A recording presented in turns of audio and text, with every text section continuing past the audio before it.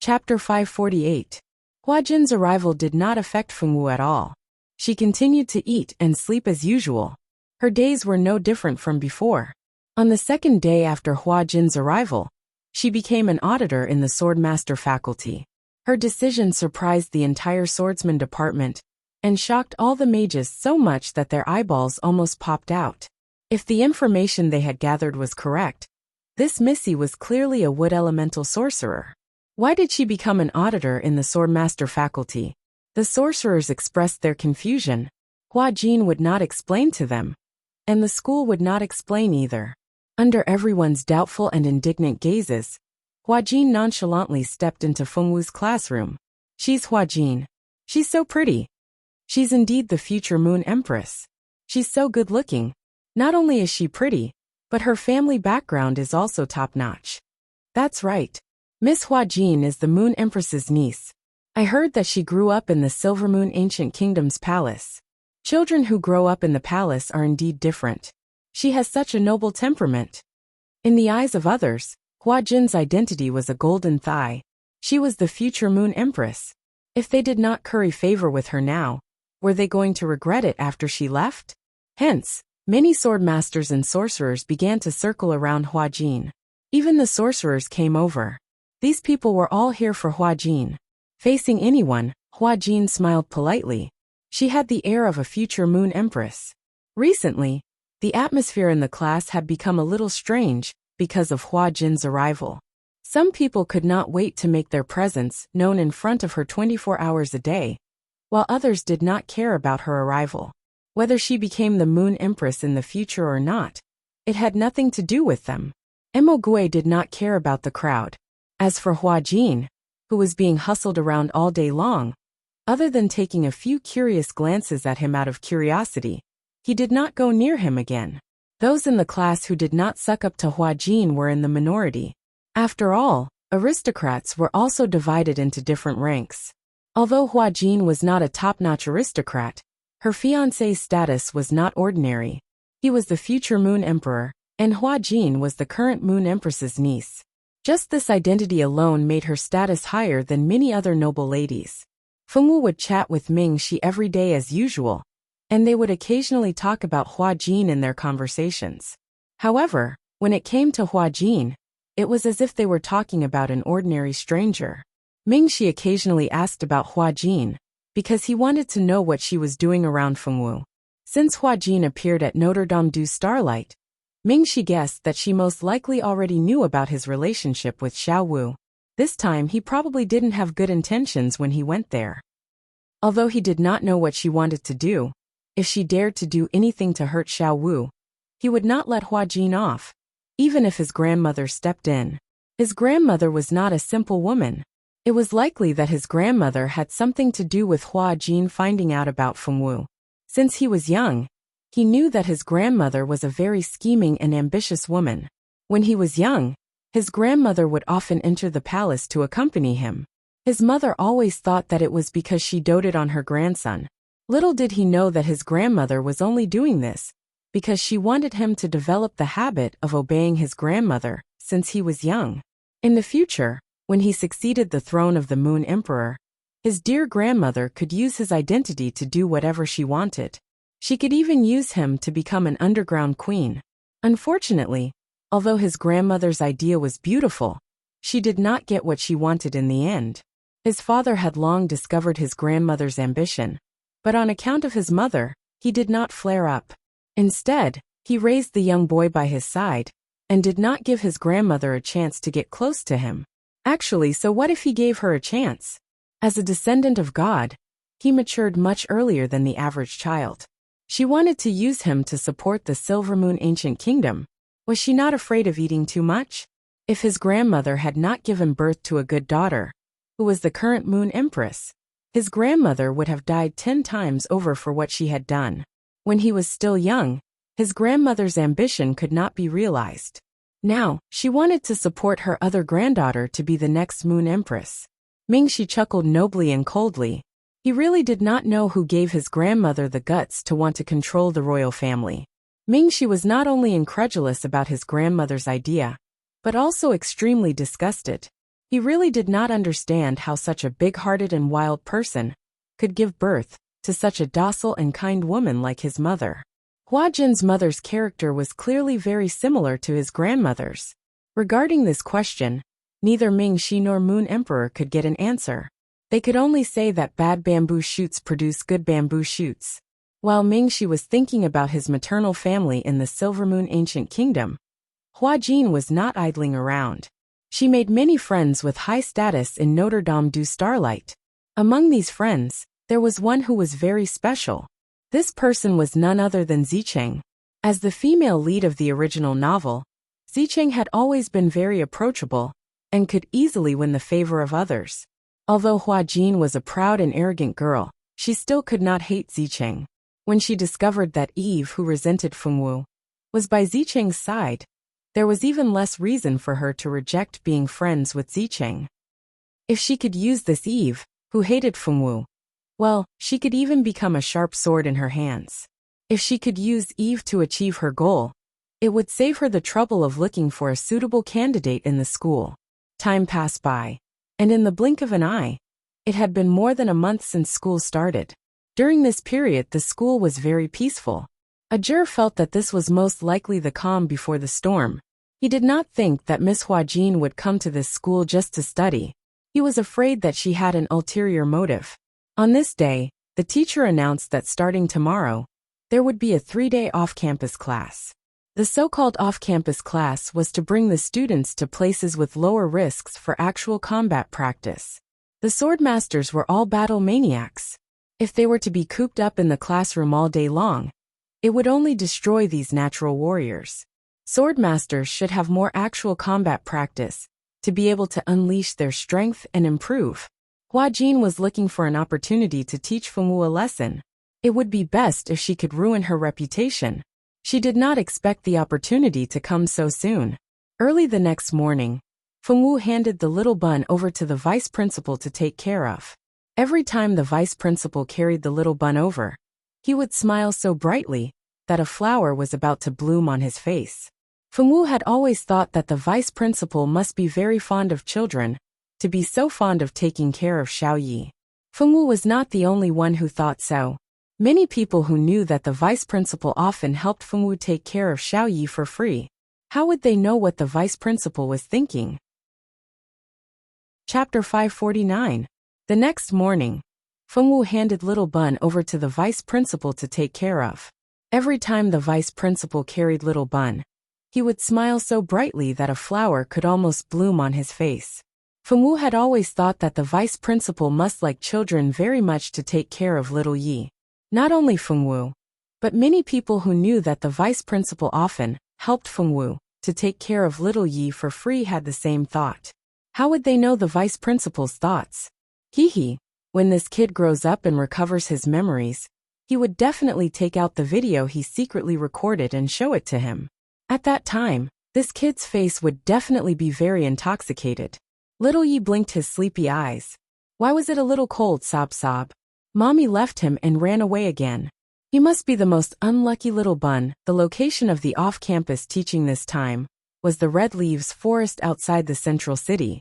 The reason why it was called the Red Leaves Forest was because all the plants in this place had red leaves. There was not a single green leaf to be seen. Not only were the leaves red, even the fruits were red. The only way to distinguish the fruits in the Red Leaves Forest was to look at the appearance. It was impossible to tell the difference from the color, because all the fruits here were vermilion red. There was no exception. There were many magical beasts living in the Red Leaves Forest, and many precious herbs grew there. Every year, a large number of adventurers and mercenaries would take on missions to enter the Red Leaves Forest to search for certain herbs. Of course, there were also missions to hunt magical beasts that could be completed here. Their class's mission this time was to go in and find a kind of herb called rare cage grass. This rare cage grass was a kind of herb that would be added into many potions. This kind of herb was not very expensive, but it only grew in a few places, and the Red Leaves Forest was one of the places where rare cage grass could grow. Their mission this time was to enter the forest to search for rare cage grass.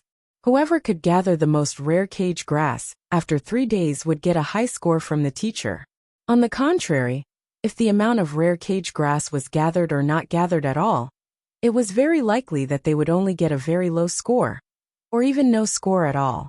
The red leaves forest is so big, and the places where rare cage grass grows are not concentrated. If we want to get a high score, it seems that we can only go deeper into the red leaves forest.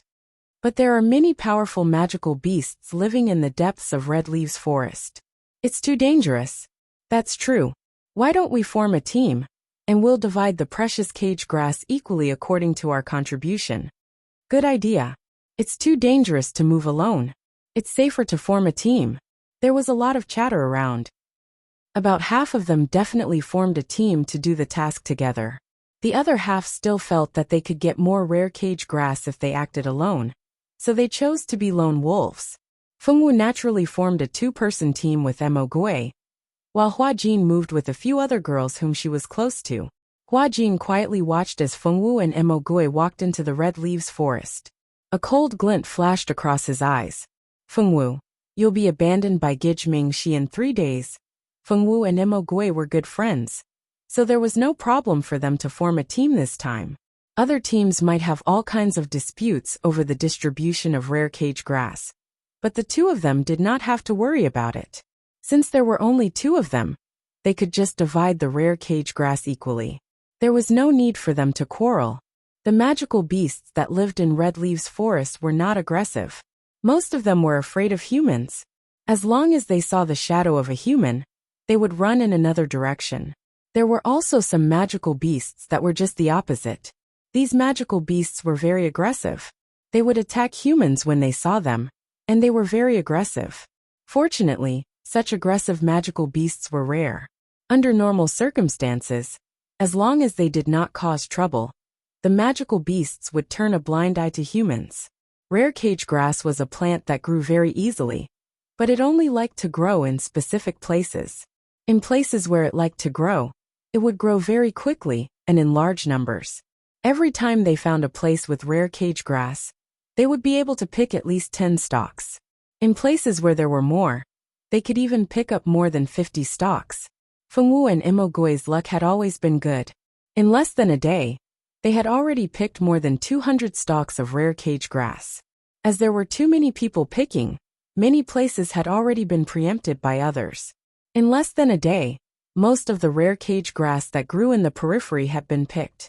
They had no choice but to go deeper into the forest. At night, they casually found a place to start a bonfire and ate all kinds of food that had been prepared in advance. They did not feel sad. Xiao Wu, what are you talking about with this little guy?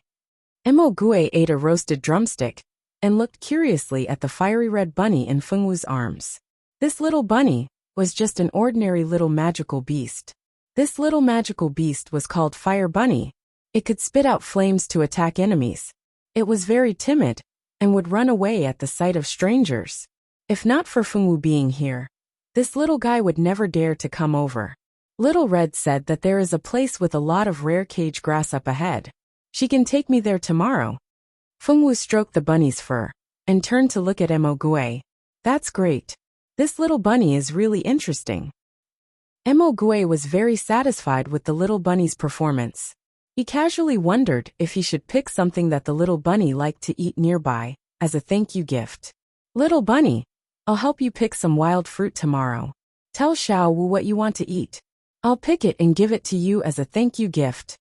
Mo Gui also knew that the little bunny wanted to help Fengwu and had nothing to do with him.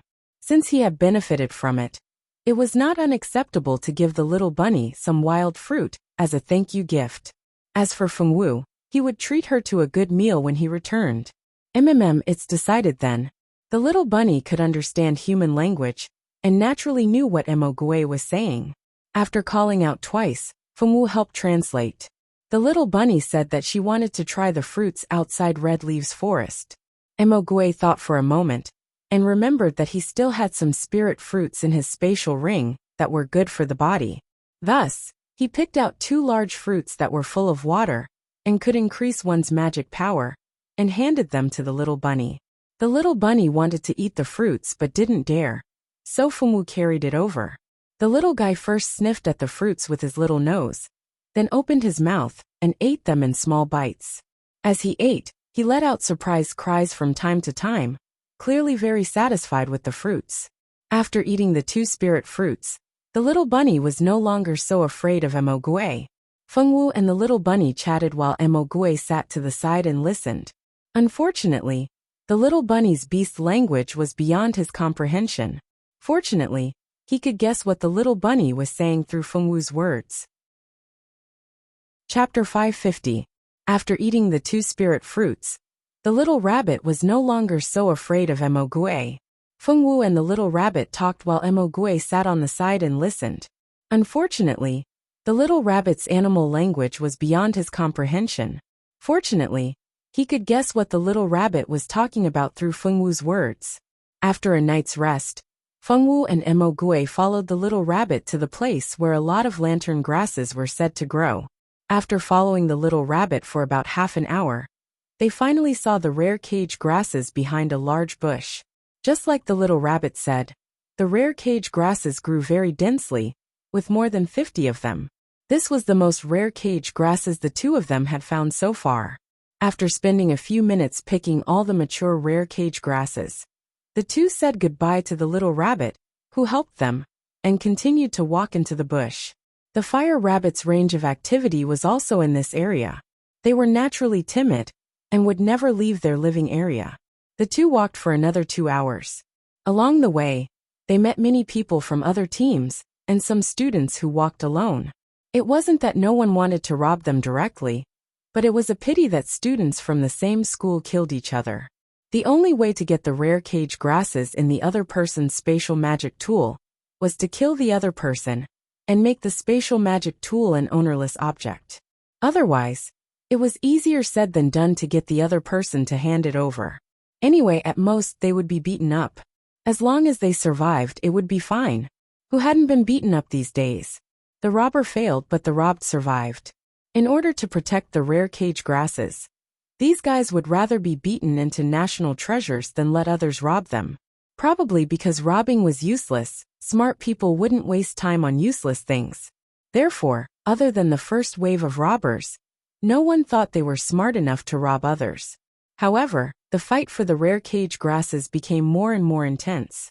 Sometimes 2 or 3 teams would find a nest of rare cage grasses at the same time, and they had no choice but to fight.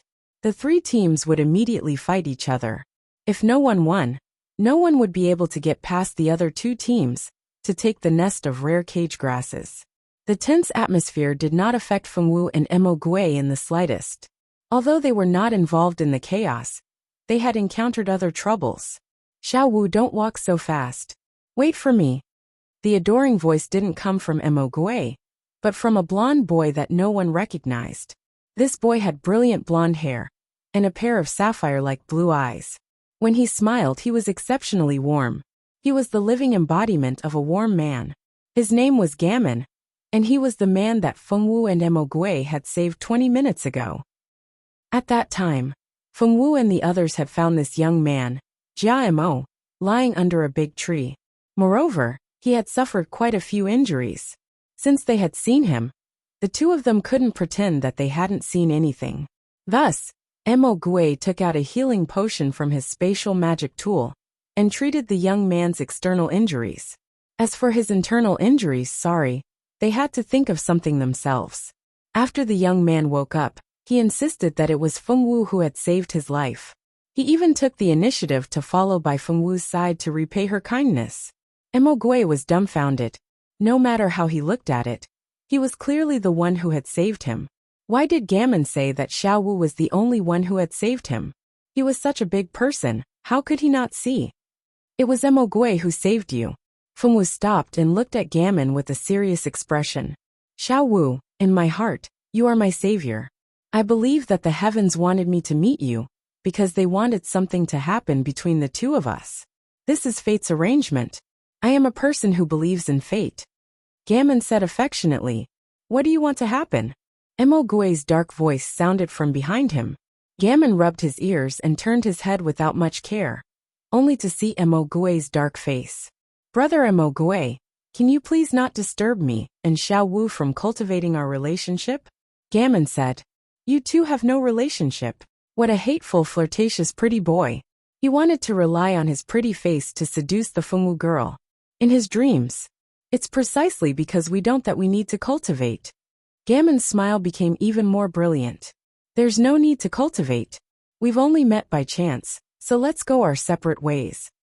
Mo Gui grabbed the dazed Fengwu girl and pulled Fengwu deeper into the forest without looking back.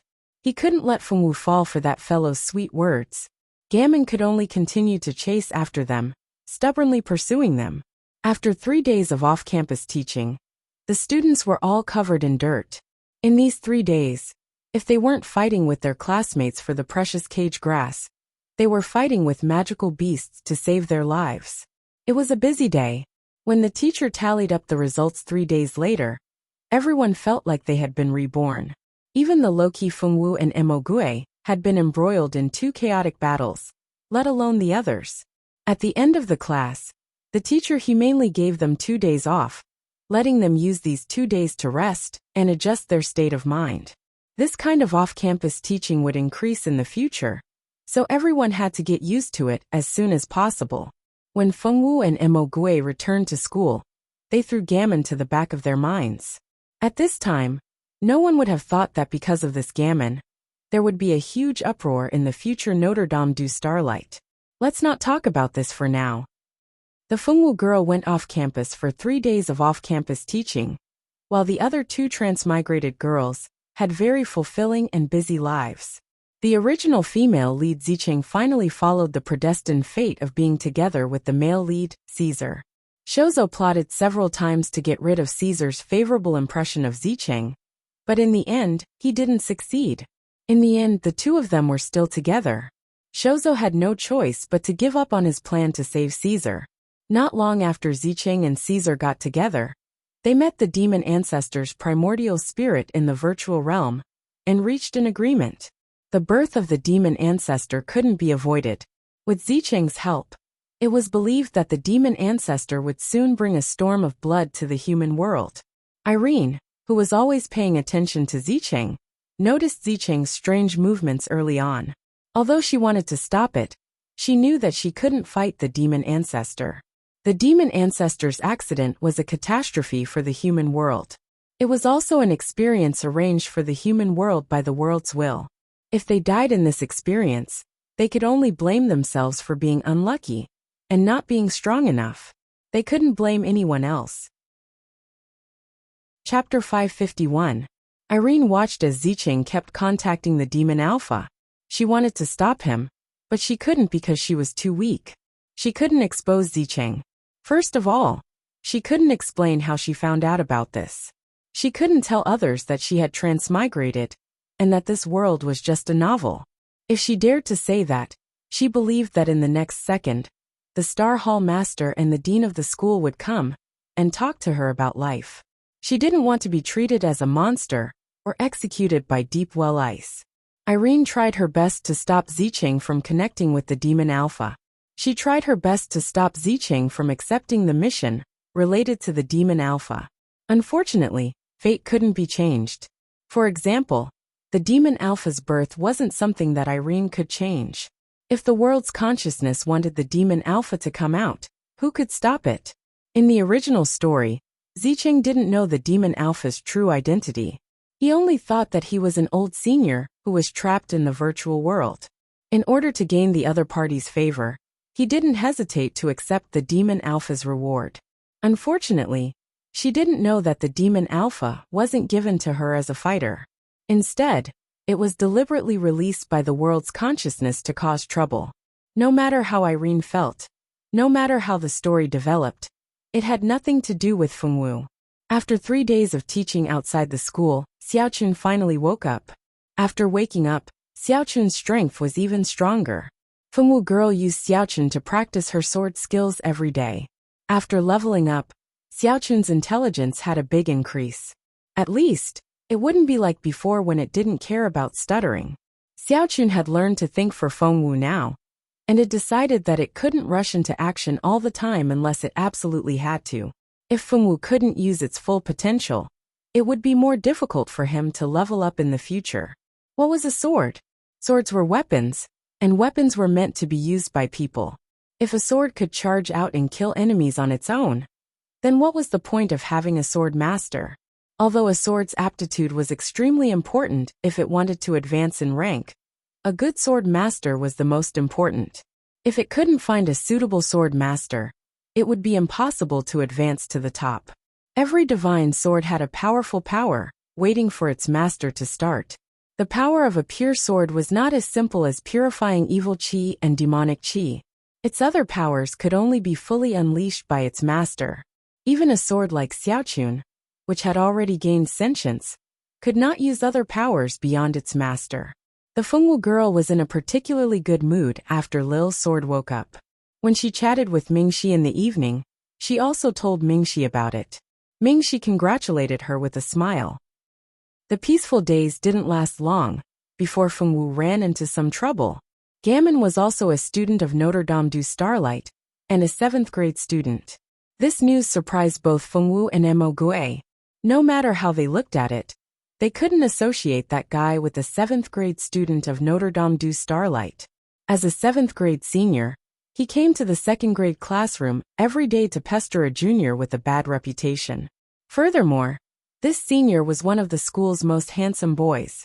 He could even be ranked in the top 20 of the school's most handsome boys list. Most importantly, not only was he good-looking, but his family was also one of the top-notch nobles in Liang country.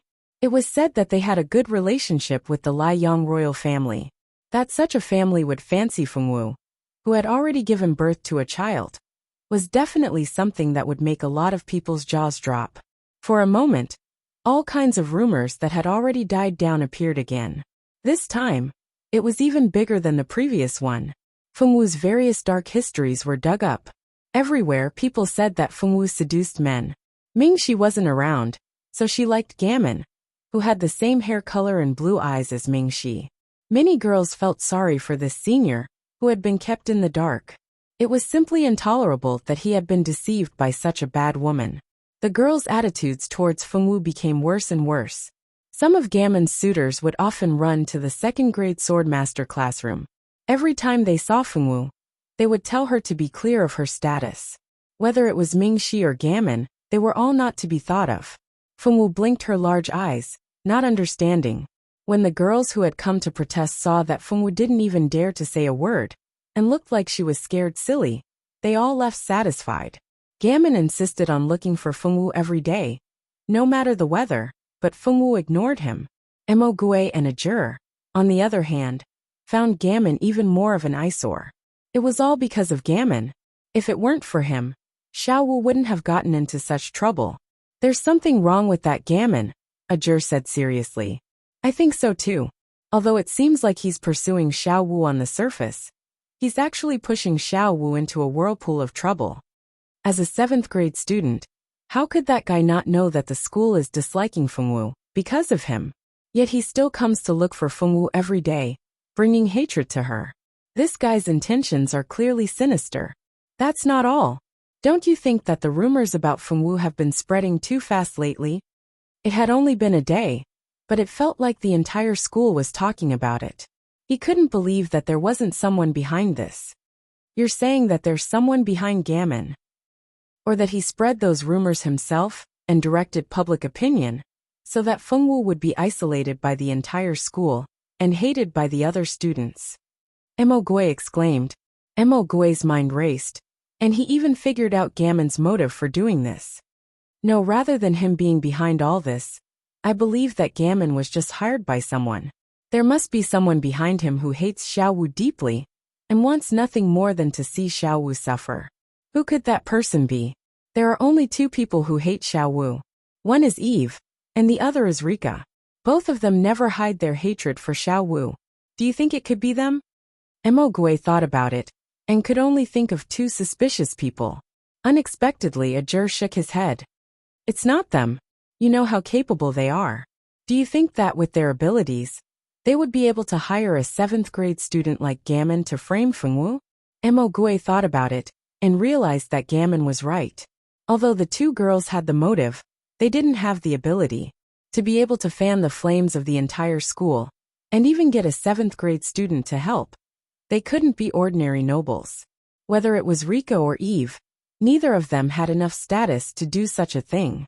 Besides, with how much they hated Fengwu, if they really had a way to get a 7th grade student to deal with Fengwu, they wouldn't have waited until now to do it. Chapter 552. Mo Gui thought about it and realized that it was true. Although the two girls had the motive, they didn't have the ability to be able to fan the flames in the school and get a 7th grade student to help. They were probably not ordinary aristocrats. Be it Rika or Eve, the two of them didn't have the status to do this. It was impossible for them to do this. Besides, given how much they hated Fengwu, if they really had a way to get a 7th grade student to deal with Fengwu, why would they wait until now to make a move? If they wanted to make a move, they would have done it long ago. Eve and Rika were not patient people. Then who do you think it is? Mo Gui thought about it, but he could not think of anyone who hated Fengwu so much. Have you forgotten about Hua Jin? Who can hate Xiao Wu more than her? Ajur had never let down his guard against Hua Jin. Although she had not made a move against Xiao Wu, Ajur felt that she was probably hatching some evil plan to deal with Xiao Wu. When Gammon's incident happened this time, Ajur felt that Hua Jin had finally made a move. Hua Jin. That's right, how could I forget her? She's indeed a suspect, but she hasn't had any contact with Xiao Wu until now. Is it really her? Mo Gui asked suspiciously. I'm more than 90% sure that it's her. Unless there's an enemy we don't know about, no one else has the means and ability to do this. Mo Gui nodded in agreement with Ajur. The two of them agreed to keep an eye on Hua Jin in the future. They did not believe that she would not give herself away. Gammon still came to look for Fengwu every day, vividly showing his unconditional love for Fengwu. Fengwu continued to ignore him, but he did not care. He reported to the 2nd grade of the Swordmaster faculty every day, and spent more time in the 2nd grade than in the 7th grade. I really can't tell. Some people really have some tricks up their sleeves. She can even hook up with a 7th grade senior. Rika blocked Fengwu in the living room. Rika, there must be some kind of misunderstanding. Xiao Wu has never paid any attention to Gammon. Anika said helplessly. Ever since Zicheng and the others appeared, Annika and Rika had drifted apart. Apart from attending classes in the same classroom and sleeping in the same dorm, there was nothing else between them. Fengwu blinked her big eyes. Everyone in the school had been very strange recently. Although she did not understand what had happened, she knew that all these changes had something to do with Gammon. She did not like him from the first time she met him. Because she did not like him, she ignored him. Although his hair and eyes resembled Mingxi's, Mingxi was much better looking. Fengwu said that she preferred to watch the original version and was not interested in pirated versions. Fengwu ignored him, but he still showed up every day. Fengwu expressed that she was not happy. It would be strange if she was happy to be pestered by an annoying person. Gammon's appearance and the things he did, such as coming to look for her every day and waiting for her after school. Fengwu told Mingxi everything without missing a word. This was something that Hua Jin would never have dreamed of. He thought that Fengwu would not dare to tell Mingxi about these things. After all, who would want their boyfriend to know that they were in a scandal with another man? However, Fengwu did just that. Not only did she say it, but she also said it every day. She even told him that she did not like Gammon, and that he came to look for her. Mingxi patiently listened to Fengwu talk about her daily life every day. He was already wary of Gammon, not because he was afraid that he would snatch Fengwu away, but because he was worried that he would hurt Fengwu. Fengwu had always been slow to notice the outside world, so she did not feel anything about the scandal in the school. Ajur and Mo Gui saw that Fengwu was completely unaware that her reputation had been tarnished again, so they naturally did not take the initiative to bring it up. What they did not expect, however, was that although they could fend off verbal attacks in the classroom and school, they could not do so in the dormitory. Rika had been waiting for this opportunity for a long time. She had always wanted to teach Fengwu a lesson. Whenever she thought of the humiliation Ajur had brought her, it was impossible for her not to hate Fengwu. She did not even realize that this hatred was mixed with envy and jealousy. In fact, she was envious of Fengwu and jealous that she could be so protected by someone who could not bear to see her suffer. She had never had a friend who would go to such lengths for her. Although aristocratic ladies and young masters like her would be friends with people of similar status, this friendship was for the benefit of both families. As long as their families did not fall, they could be friends for life. However, if their families were no longer around, forget about being friends. It would be good enough if other people did not take the opportunity to step on them. Because of this reason, and also because she knew that she was no match for a juror, she shifted her hatred to Fengwu. She was happy to see Fengwu unhappy. "Rika, we are all in the same dormitory. Can you not make trouble like this?" Silda had always disliked Rika's temperament. She always put on the airs of a young lady. Her family was only a small aristocratic family. Did she have to put on such airs? Did she forget that Fengwu was the legitimate young lady of the Feng family? In terms of status, she was the girl with the best family background in their entire dormitory. In the past, Rika looked down on Fengwu because of the superiority of aristocrats over commoners. However, now that everyone knew Fengwu's true identity, why did she still find trouble with Fengwu from time to time? Could it be because a juror taught her a lesson last time?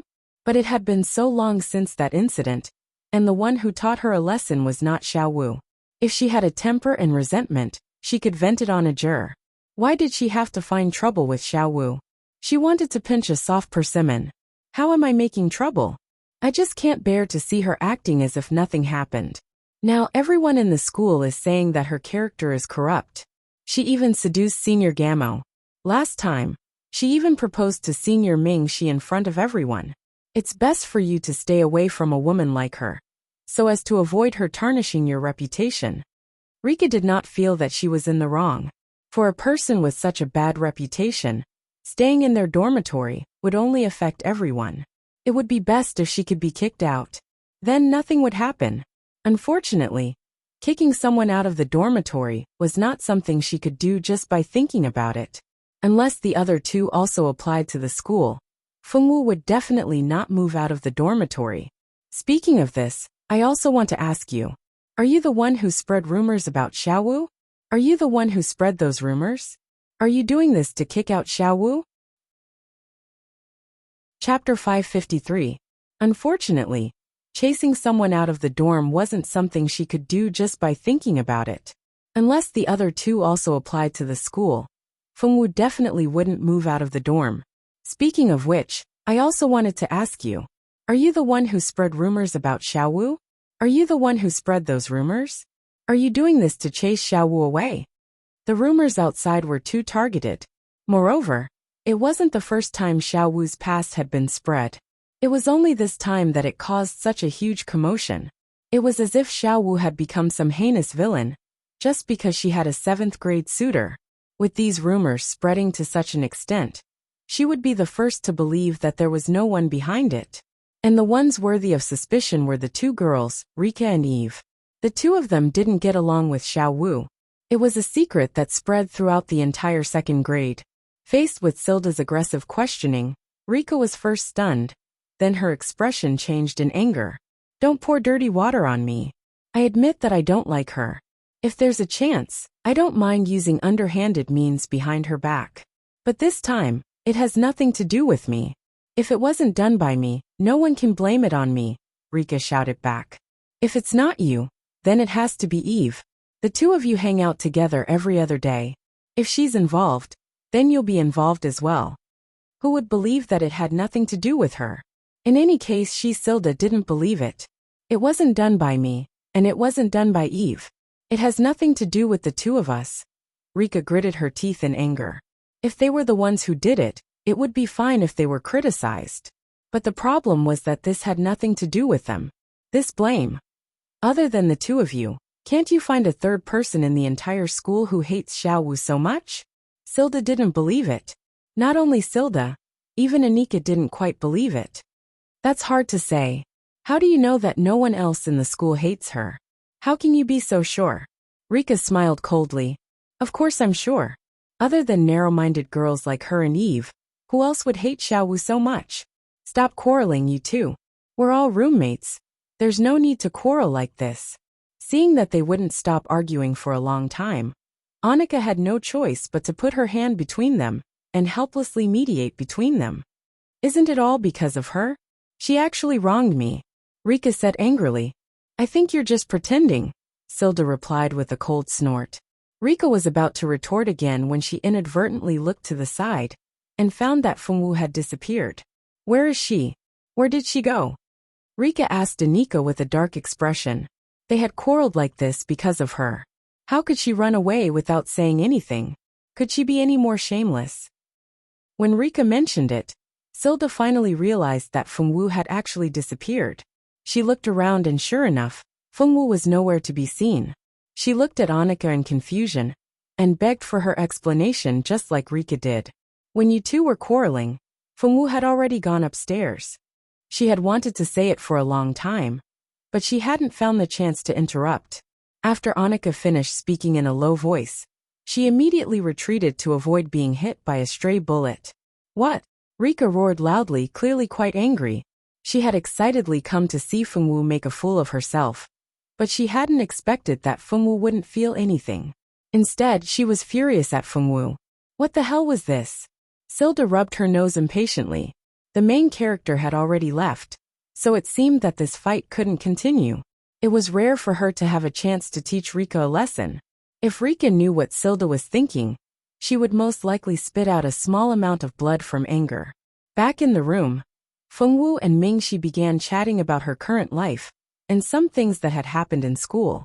Of course, these were all things she had experienced and some gossip she had heard. Because all the gossip in school was related to her. With Mo Gui and Ajur around, Fengwu didn't hear any unnecessary rumors. This also prevented Fengwu from telling Mingxi too much gossip.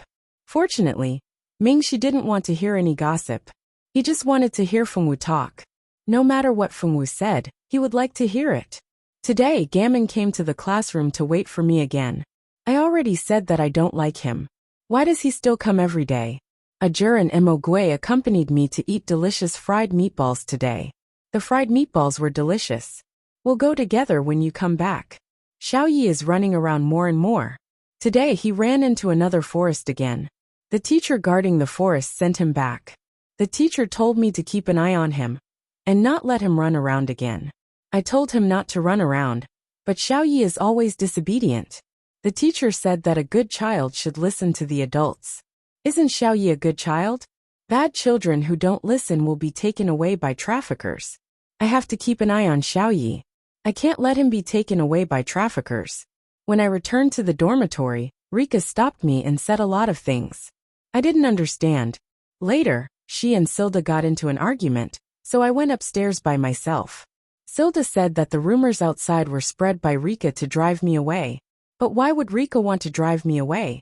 This isn't her home, right? Isn't she the only one who has the right to drive others away when she's in her own home? When Fengwu spoke, she would always say whatever came to her mind.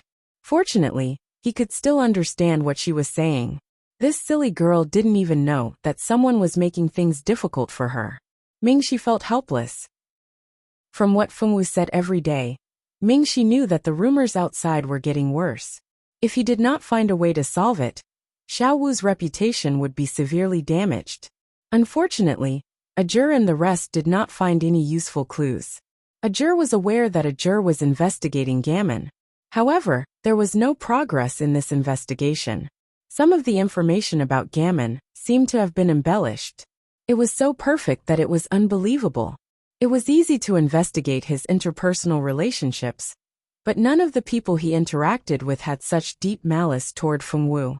What's more, they wanted to find out more about Hua Jin and Jiamo's interactions, so there was no way they could find out anything about that. Mingxi was not surprised by this result. Hua Jin was his grandmother's favorite granddaughter. Although she appeared to be innocent and obedient in front of her parents, she was actually very scheming. Under his grandmother's guidance, her scheming and means were not bad.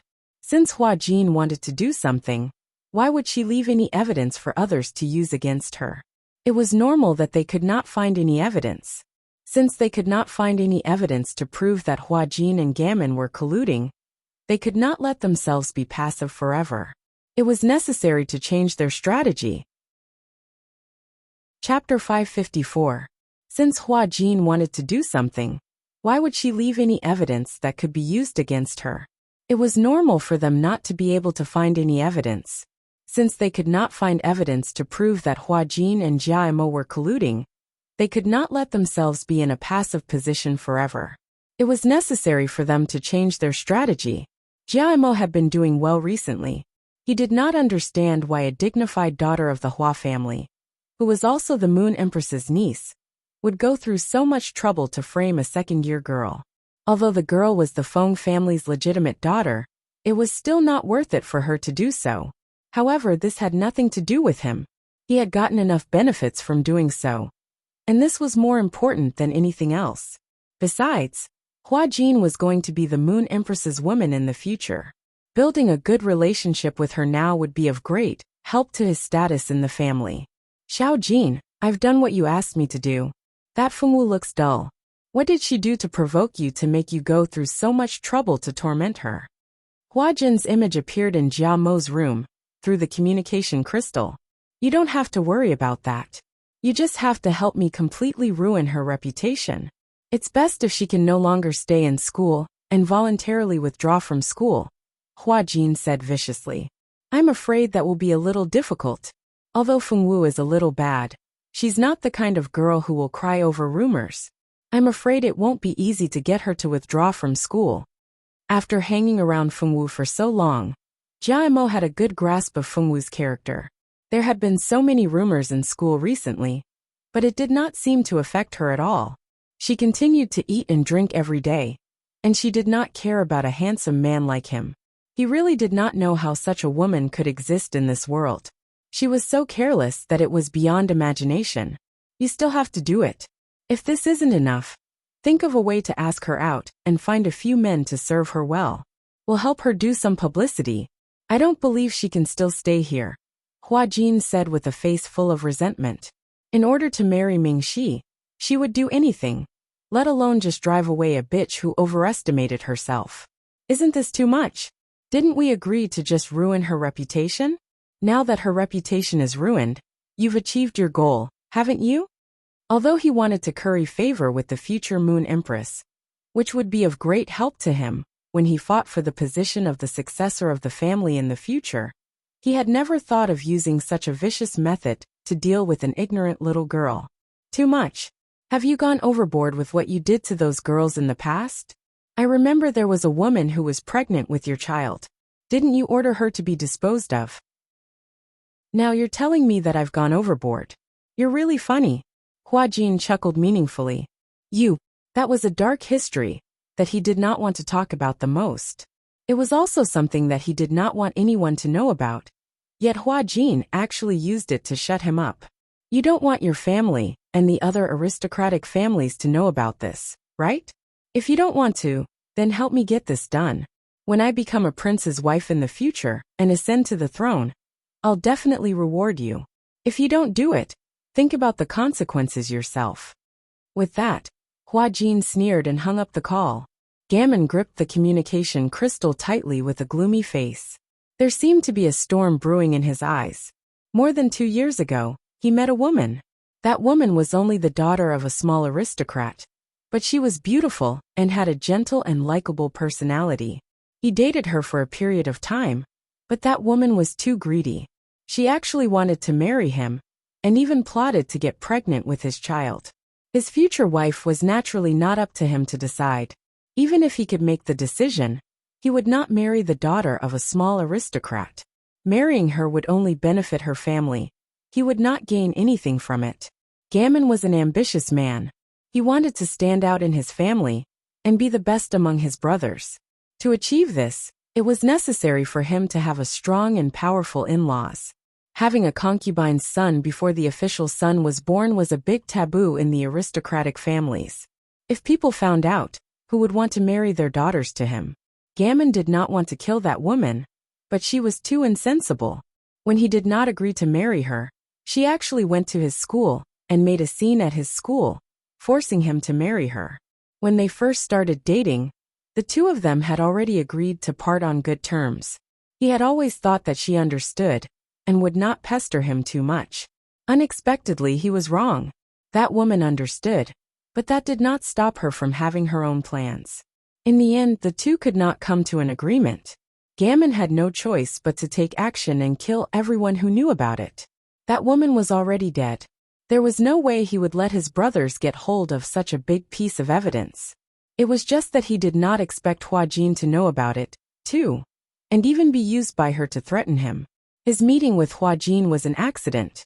Once, when he went to Silvermoon Ancient Kingdom with his parents to visit friends, he met Hua Jin at a wedding ceremony. As Hua Jin was the Moon Empress's niece, he was interested in befriending her. Hua Jin did not hate him, so the two had some contact, albeit not a deep one. Gammon wanted to deepen their relationship, but he hadn't found the opportunity. He didn't expect that the opportunity would come knocking on his door this time. It was just pranking a girl. This was a small matter to him, so he immediately agreed. He did not expect that what he thought would be a nasty prank would become more serious. If Hua Jin hated Fengwu, why didn't she just get someone to kill her?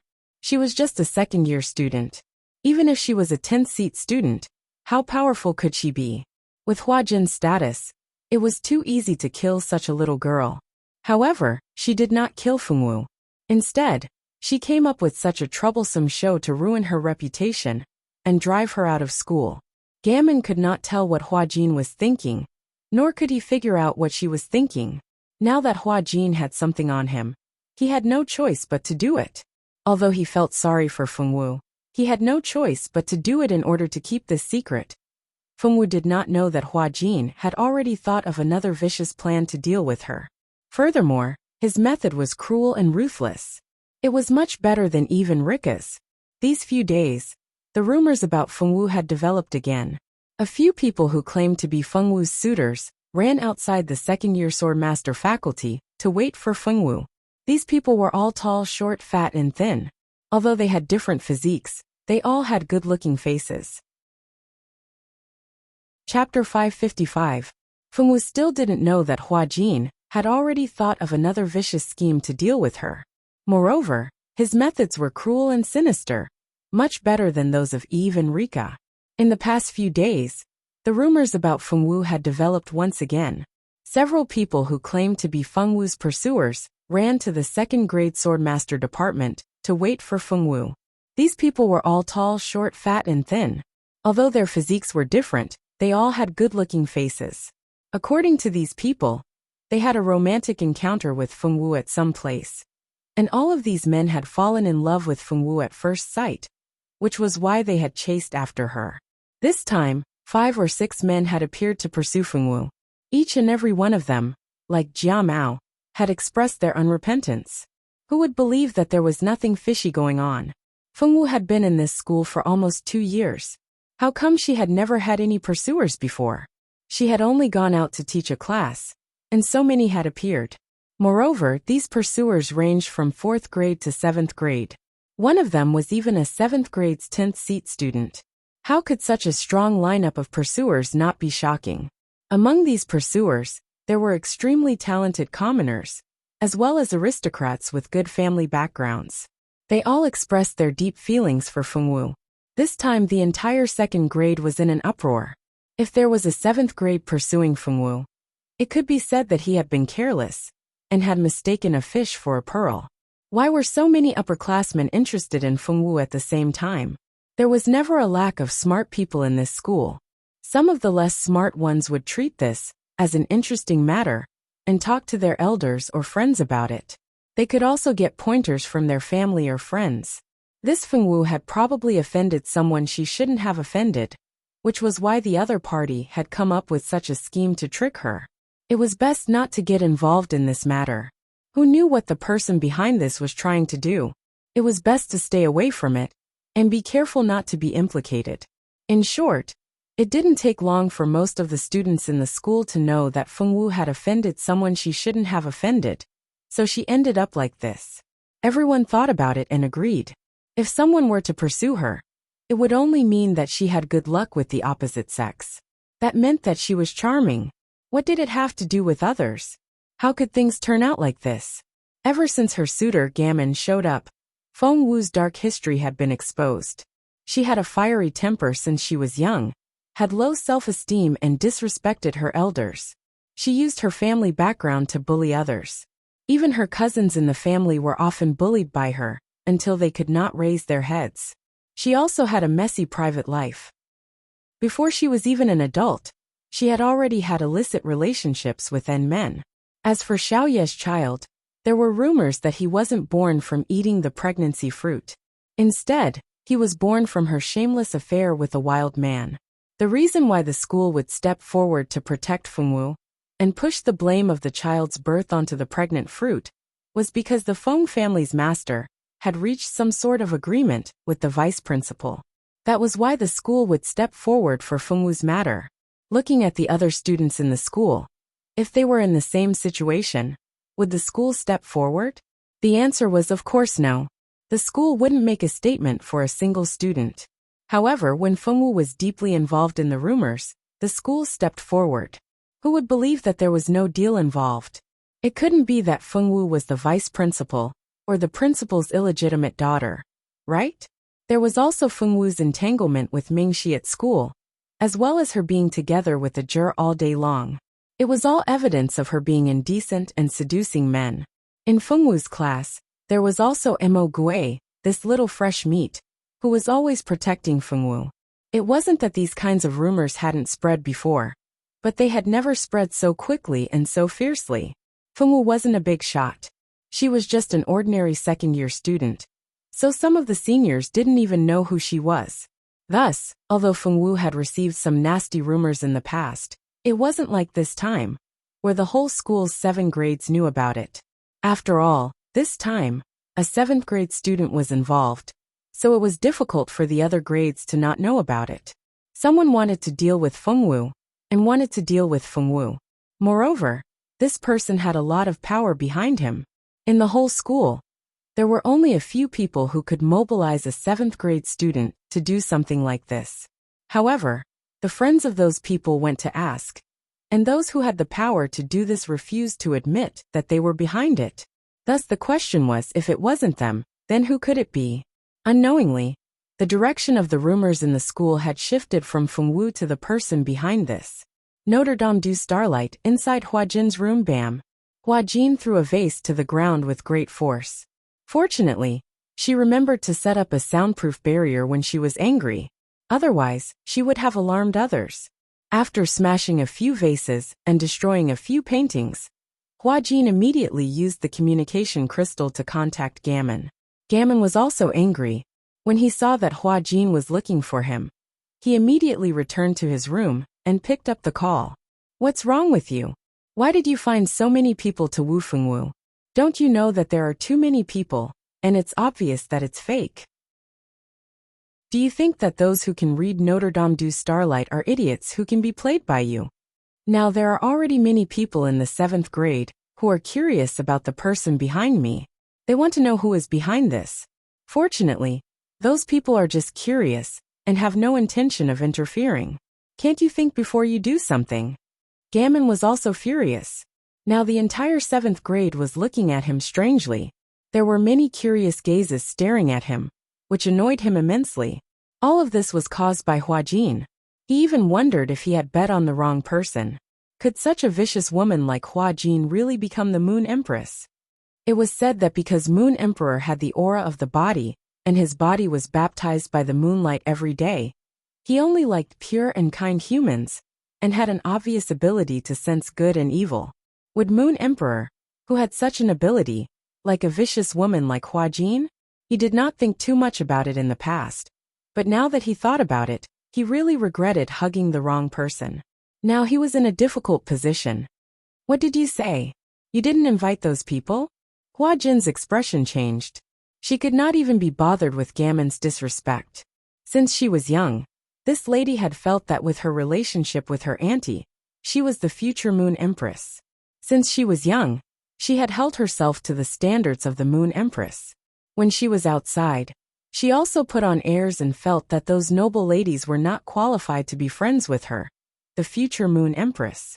If it was any other time, Huajin would have flared up, but now, her attention was completely taken away by another matter.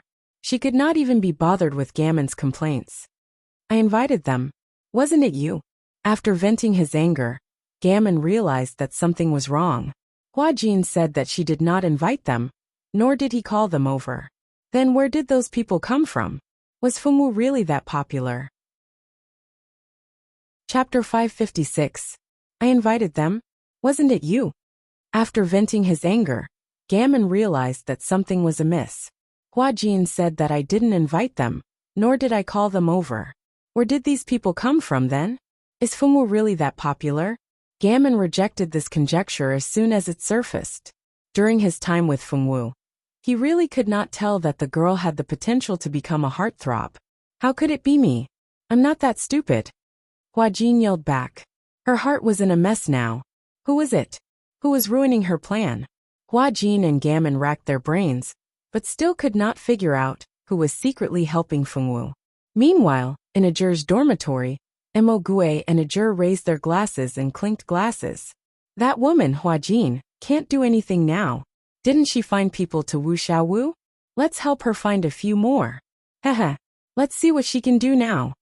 Gue said heartily as he took a big gulp of beer. After discovering that the mastermind was Hua Jin, the first thing they thought of was to find out that Hua Jin and Gammon had conspired to create a drama about Fengwu to clear Fengwu's name. Unfortunately, they could not find any evidence of the two conspiring together, so they had no choice but to change their strategy. Since they could not clear her name, they would not force it. Since Hua Jin was determined to defame Fengwu, they could just help her do so. If you really wanted to slander someone, you would need some skills. Especially since there were quite a few people in the Starlight Academy. Slandering someone without any skills would not work. It would be very easy for others to see through it. They wanted people to think that there was something wrong with the people who were trying to defame Fengwu. When the time came, they would not have to find any evidence. As long as they were smart, they would know that Fengwu had been framed. Sure enough, their plan succeeded. Now it was Gammon and Hua Jin's turn to be troubled. Ajur didn't like Zicheng. He always felt that Zicheng was too scheming and wasn't as innocent and kind as he appeared to be. Don't be too happy. That woman won't give up so easily. She's so good at pretending. She's almost as good as that Zicheng from our department. She seemed to have a very strong purpose when interacting with people, and her brainwashing ability was top-notch. Who knew how many people's IQ plummeted because they were on good terms with her? Although Zicheng had appeared in front of him a few times, he did not pay attention to him. Fortunately, that woman knew her place and did not pester him. Their sorcerer department had Zicheng, a fake Holy Mother of White Lotus. Now, the Swordmaster department had a fake future Moon Empress. Moreover, this woman had some tricks up her sleeves. After arriving at the Notre Dame du Starlight, she had won over a group of people's hearts. Hua Jin might have suffered a setback this time, but he did not think that it would be so easy for him to fall to the ground. Zicheng? What's wrong with her? Is Zicheng scarier than Hua Jin in your eyes? It was impossible for him not to know Zicheng. She was the most eye-catching goddess in the second, third, and even the first years. Countless people waited outside the sorcerer department every day just to see her. In short, she was a very popular girl. Is she scary? Not really. But that woman is a little strange. You'd better not have too much contact with her, Ajur said with a frown. She's a goddess. How can a nobody like me have the right to come into contact with such a high and mighty goddess? Gue laughed self-deprecatingly. Although he did not understand why Ajur said that, he still decided to stay away from Zicheng when he saw her in the future. Still, Ajur, when did you have such a good relationship with the seniors? They're even willing to help you destroy your image. This was what Gue was most curious about. Ajur was clearly just a second-year student like him. Moreover, he had never seen him close to the seniors. How did he suddenly find so many people to help him? Of course, I didn't find them. I don't have any relationship with them. It's all thanks to Senior Elena and the rest. They were the ones who contacted them. As for the person who asked them for help, it wasn't me. It was Senior Mingxi. After discussing this plan with Mingxi was in charge of contacting Elena and the rest of the team. Elena liked the Fengwu girl to begin with, so she immediately brought Ruglas and the rest to find help. The people who were invited this time were on good terms with Senior Elena and the rest. Moreover, they were tight-lipped, so there was no need to worry about being found out. So it was Senior Mingxi who asked Senior Elena and the rest for help, Mo Gui said in realization. It made sense. Other than Senior Mingxi, there was no one else. Hua Jin could not find out who had ruined her plan. After being angry for a few days, she ordered Gammon to continue with what they had discussed previously. Gammon did not want to do it anymore. Ever since people suspected that he had deliberately gotten close to Fengwu to set a trap to harm her, many people became curious about the person behind him. As a result, many people began to keep an eye on him. If he were to make a move on Fengwu now, he would definitely become the most suspected person. This was not a good deal, so he could not do it no matter what. Since Gammon refused, Hua Jin naturally roared again. Unfortunately, this time, Gammon had made up his mind and would not change it no matter what. Hua Jin roared for a long time, threatening and intimidating him. But it was all to no avail. Hua Jin threatened to expose the fact that a juror had gotten a woman pregnant. In the future, no respectable ladies would consider him as their first choice for marriage. Hua Jin knew that Gammon was very ambitious, and a powerful in-laws was what he needed. Once these things were exposed, it would be a kind of damage to his reputation. No family who loved their daughter would marry their daughter to a man who had impregnated another woman before marriage. In an aristocratic family, one could have other women, but one could not get another woman pregnant before marriage. Those who did so would only be seen as unruly, and would not become the marriage partner of a real aristocratic family. Hua Jin thought that the ambitious Gammon would have no choice but to agree to her request. Unexpectedly, Gammon only sneered. You can talk about it if you want, but I can also talk to your legendary fiancé, the future Moon Emperor, about what you've done during this period. I believe that His Highness will be interested. With that, Gammon hung up without hesitation. Damn it! How dare he threaten me? Hua Jin thought to herself with a sinister expression. Why didn't she think that if she had not threatened him first, he would not have threatened her in return? Chapter 557. With that, Gammon hung up without any hesitation. Damn it! How dare he threaten me? Hua Jin thought to herself with a sinister expression. Why didn't she think that if she hadn't threatened him first, he wouldn't have threatened her in return? Gammon was actually taking a gamble by threatening Hua Jin. He was betting on how much Hua Jin cared about her position in the future Moon Emperor's heart, and whether the Moon Empress would stand up for her. Hua Jin was no ordinary noble lady. She had the Moon Empress behind her. He knew that even if he went to the Silver Moon Ancient Kingdom and told them about what Hua Jin had done, he might not be punished. Instead, he might be silenced as well. After all, he was just a young master from an ordinary family. How could his life and reputation be more important than the Moon Empress's niece's reputation?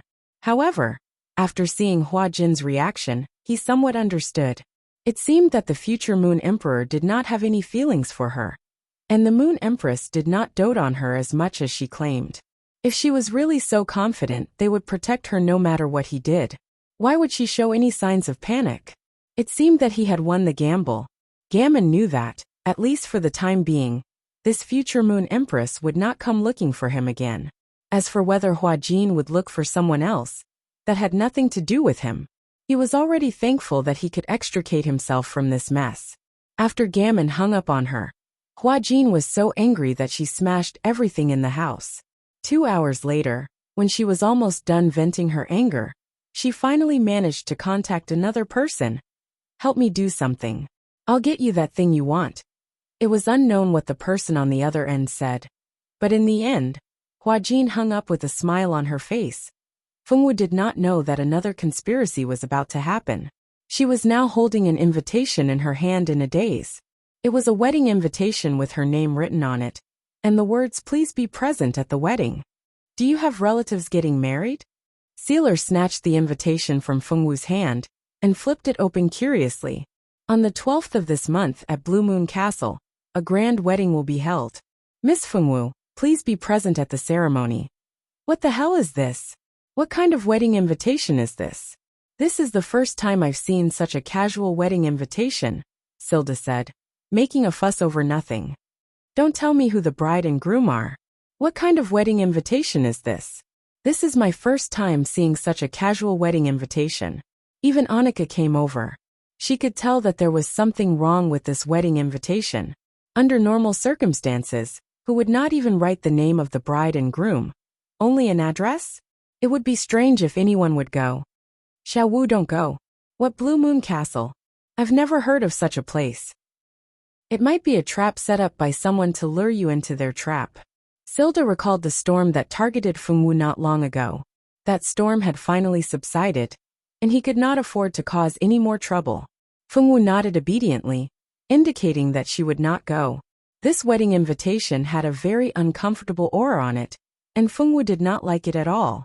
At this time, Fengwu did not know that there were 2 other girls in school who had also received this invitation. It's finally time to start the Blue Moon Castle dungeon. I didn't think that even I would be chosen to enter this dungeon. God bless me. I must leave this place alive and not be chosen by that pervert. Irene's heart was filled with worry. This Blue Moon Castle dungeon was definitely the most dangerous dungeon that the female lead had ever entered. The dungeons that the female lead had encountered in the early stages were all meant to give her experience and all kinds of godly weapons and handsome men. This Blue Moon Castle dungeon was definitely not a dungeon that gave the female lead benefits, but the greatest danger that the female lead had ever encountered. In this dungeon, other than a pervert and his bunch of brides, there was nothing else. The female lead's charm had always been popular among men. If the female lead had the heart, there would be no man that she could not seduce. However, the pervert in the Blue Moon Castle was an exception. That pervert was one of the few men in the novel who did not take the female lead seriously. Moreover, he was the most lethal one. Although the novel did not have an assessment of that pervert's strength, she could guess from some descriptions that that pervert's strength was definitely not below that of the Star Hall's Hall Master and Notre Dame du Starlight's director. In short, that pervert was on the same level as the Devil Lord. Even the female lead had to use a Herculean effort to escape from his hands. Could she really escape? Boo-hoo, we're in big trouble now. Blue Moon Castle. A Jur came to find Fengwu to have a big meal to celebrate their spoiling of Hua Jin's evil plan. But he did not expect to hear such news that almost emptied his HP bar. Others might not know where the Blue Moon Castle was, but he knew that it was a place that no one could find. Some said that the Blue Moon Castle was located in a forbidden land. Some said that it was in the underworld. Some said that it was in the demon world. And some said that it was in the demon world. The owner of the Blue Moon Castle, Duke Blue Moon, was an even more terrifying existence. Even the Star Hall's Hall Master and Notre Dame du Starlight's director might not be able to defeat him. Duke Blue Moon had never been on the mainland. So many people did not know of his great name. Those who knew were afraid of him and were unwilling to talk about him. In fact, no one could say much about Duke Blue Moon, and those who knew about him knew more or less the same thing. Duke Blue Moon was powerful enough, but he did not have the ambition to dominate the human world like the Devil Lord. The only thing he did was to hold a wedding in the Blue Moon Castle every 100 years. The girls who received his invitation were all candidates for the bride. On the day of the wedding, whether these girls were willing or not, they would all be transported to the mysterious Blue Moon Castle. The girl chosen by the Duke would become the bride of the Duke of Blue Moon. Don't think that marrying such a strong person was a good thing.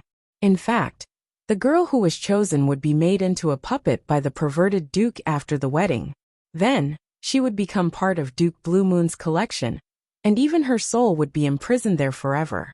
The other girls who were not chosen did not have a good ending either. They all died in that place, but their corpses would be transported to the place where they came from after their deaths. Within the Blue Moon Ancient Castle, other than the chosen bride, no other woman could remain there. They would all be teleported out. In order to not cause panic among the girls, the existence of Duke Blue Moon had always been a secret. Other than Notre Dame du Starlight, Star Hall's higher-ups, and the emperors of the 4 empires, only some of the oldest aristocratic families knew about it.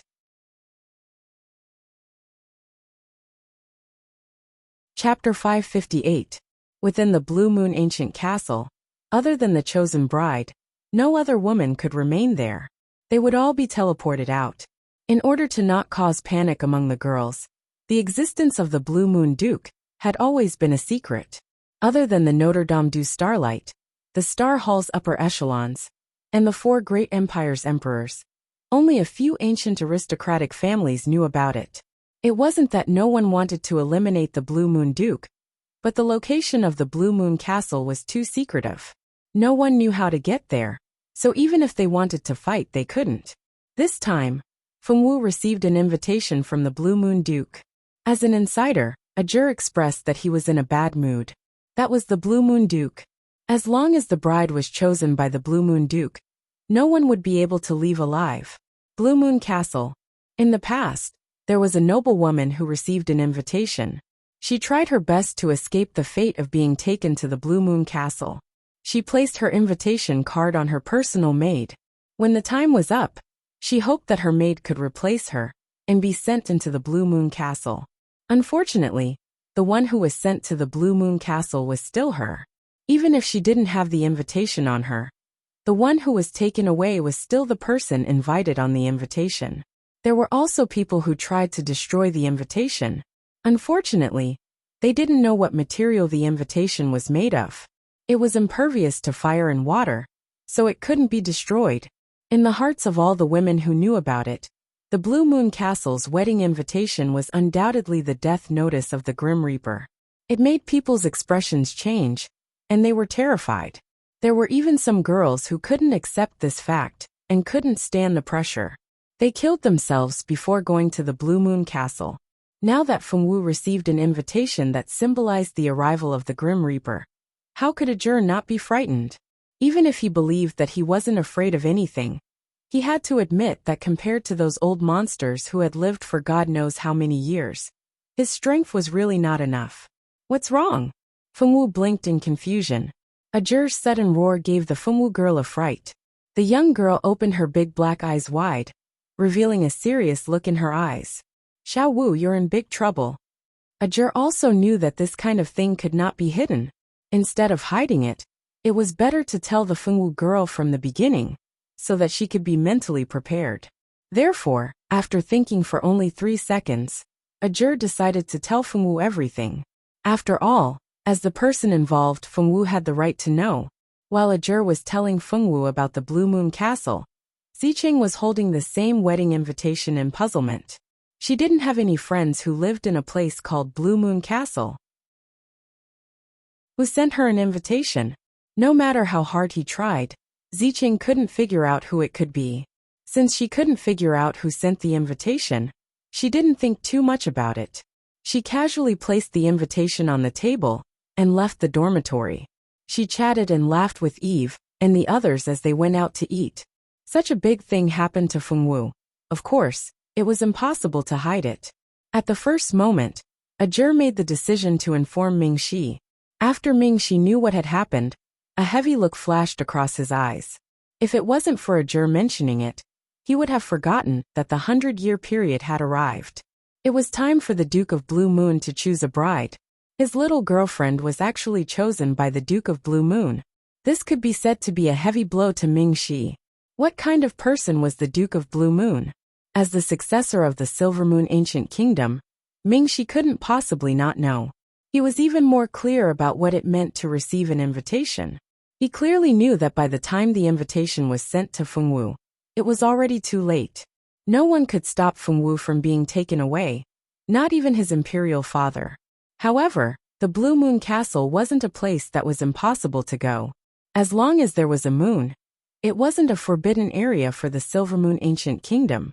Blue Moon Castle, whether it was the Demon Realm, the Underworld, or even the High and Mighty God Realm, he would definitely go there and bring Fengwu back. Not long after Mingxi received the news that Fengwu was chosen by the Duke of Blue Moon, Mingxi actually returned to school in less than a day. The first thing he did when he returned was to bring Fengwu to his room. Mingxi. Fengwu blinked her big eyes, somewhat puzzled. Be good. Close your eyes and don't ask anything. Mingxi said. Okay. Fengwu obediently closed her eyes. She couldn't see that the moment she closed her eyes, Mingxi took out a small knife that emitted a cold light from his chest. He used the small knife to cut his finger. From the tip of Mingxi's finger, a drop of golden blood actually flew out. He directly dripped this drop of blood into Fengwu's forehead. Strangely, after the drop of golden blood came into contact with Fengwu's skin, it didn't fall down. Instead, it directly entered between Fengwu's eyebrows. Fengwu didn't feel any discomfort. Instead, she felt a kind of relaxed and comfortable feeling. She felt as if her entire consciousness was surrounded by a very comfortable feeling. It was extremely comfortable. Mingxi saw the drop of blood enter between Fengwu's eyebrows, and the corner of his lips curled up in satisfaction. By the time Fengwu opened her eyes, Mingxi had already put away the small knife. Even the small wound used to drip the blood had disappeared. Xiao Wu, no matter where you go in the future, I will be able to find you. Mingxi pulled Fengwu into his embrace, and said this seriously. Okay. Fengwu nodded in confusion. Her eyes were filled with doubt and puzzlement. Not many people knew that Fengwu had received a wedding invitation from Blue Moon Castle.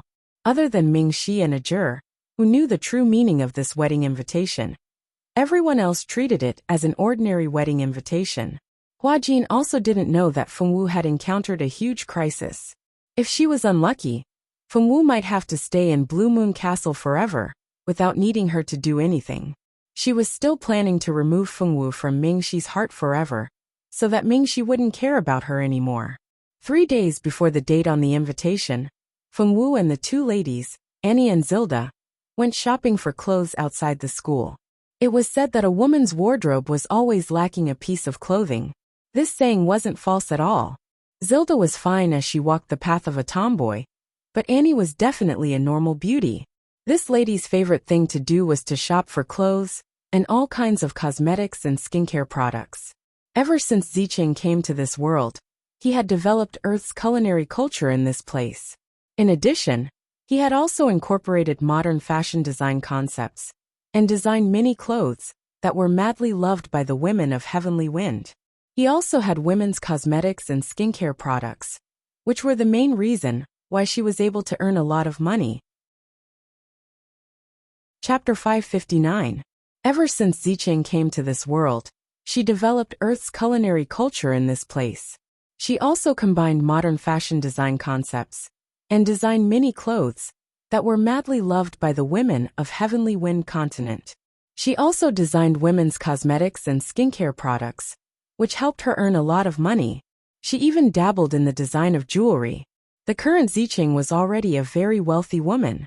Most of the small nobles in the school might not even be as wealthy as her. However, not many people knew about this. Only a few of Zicheng's trusted aides knew about her businesses.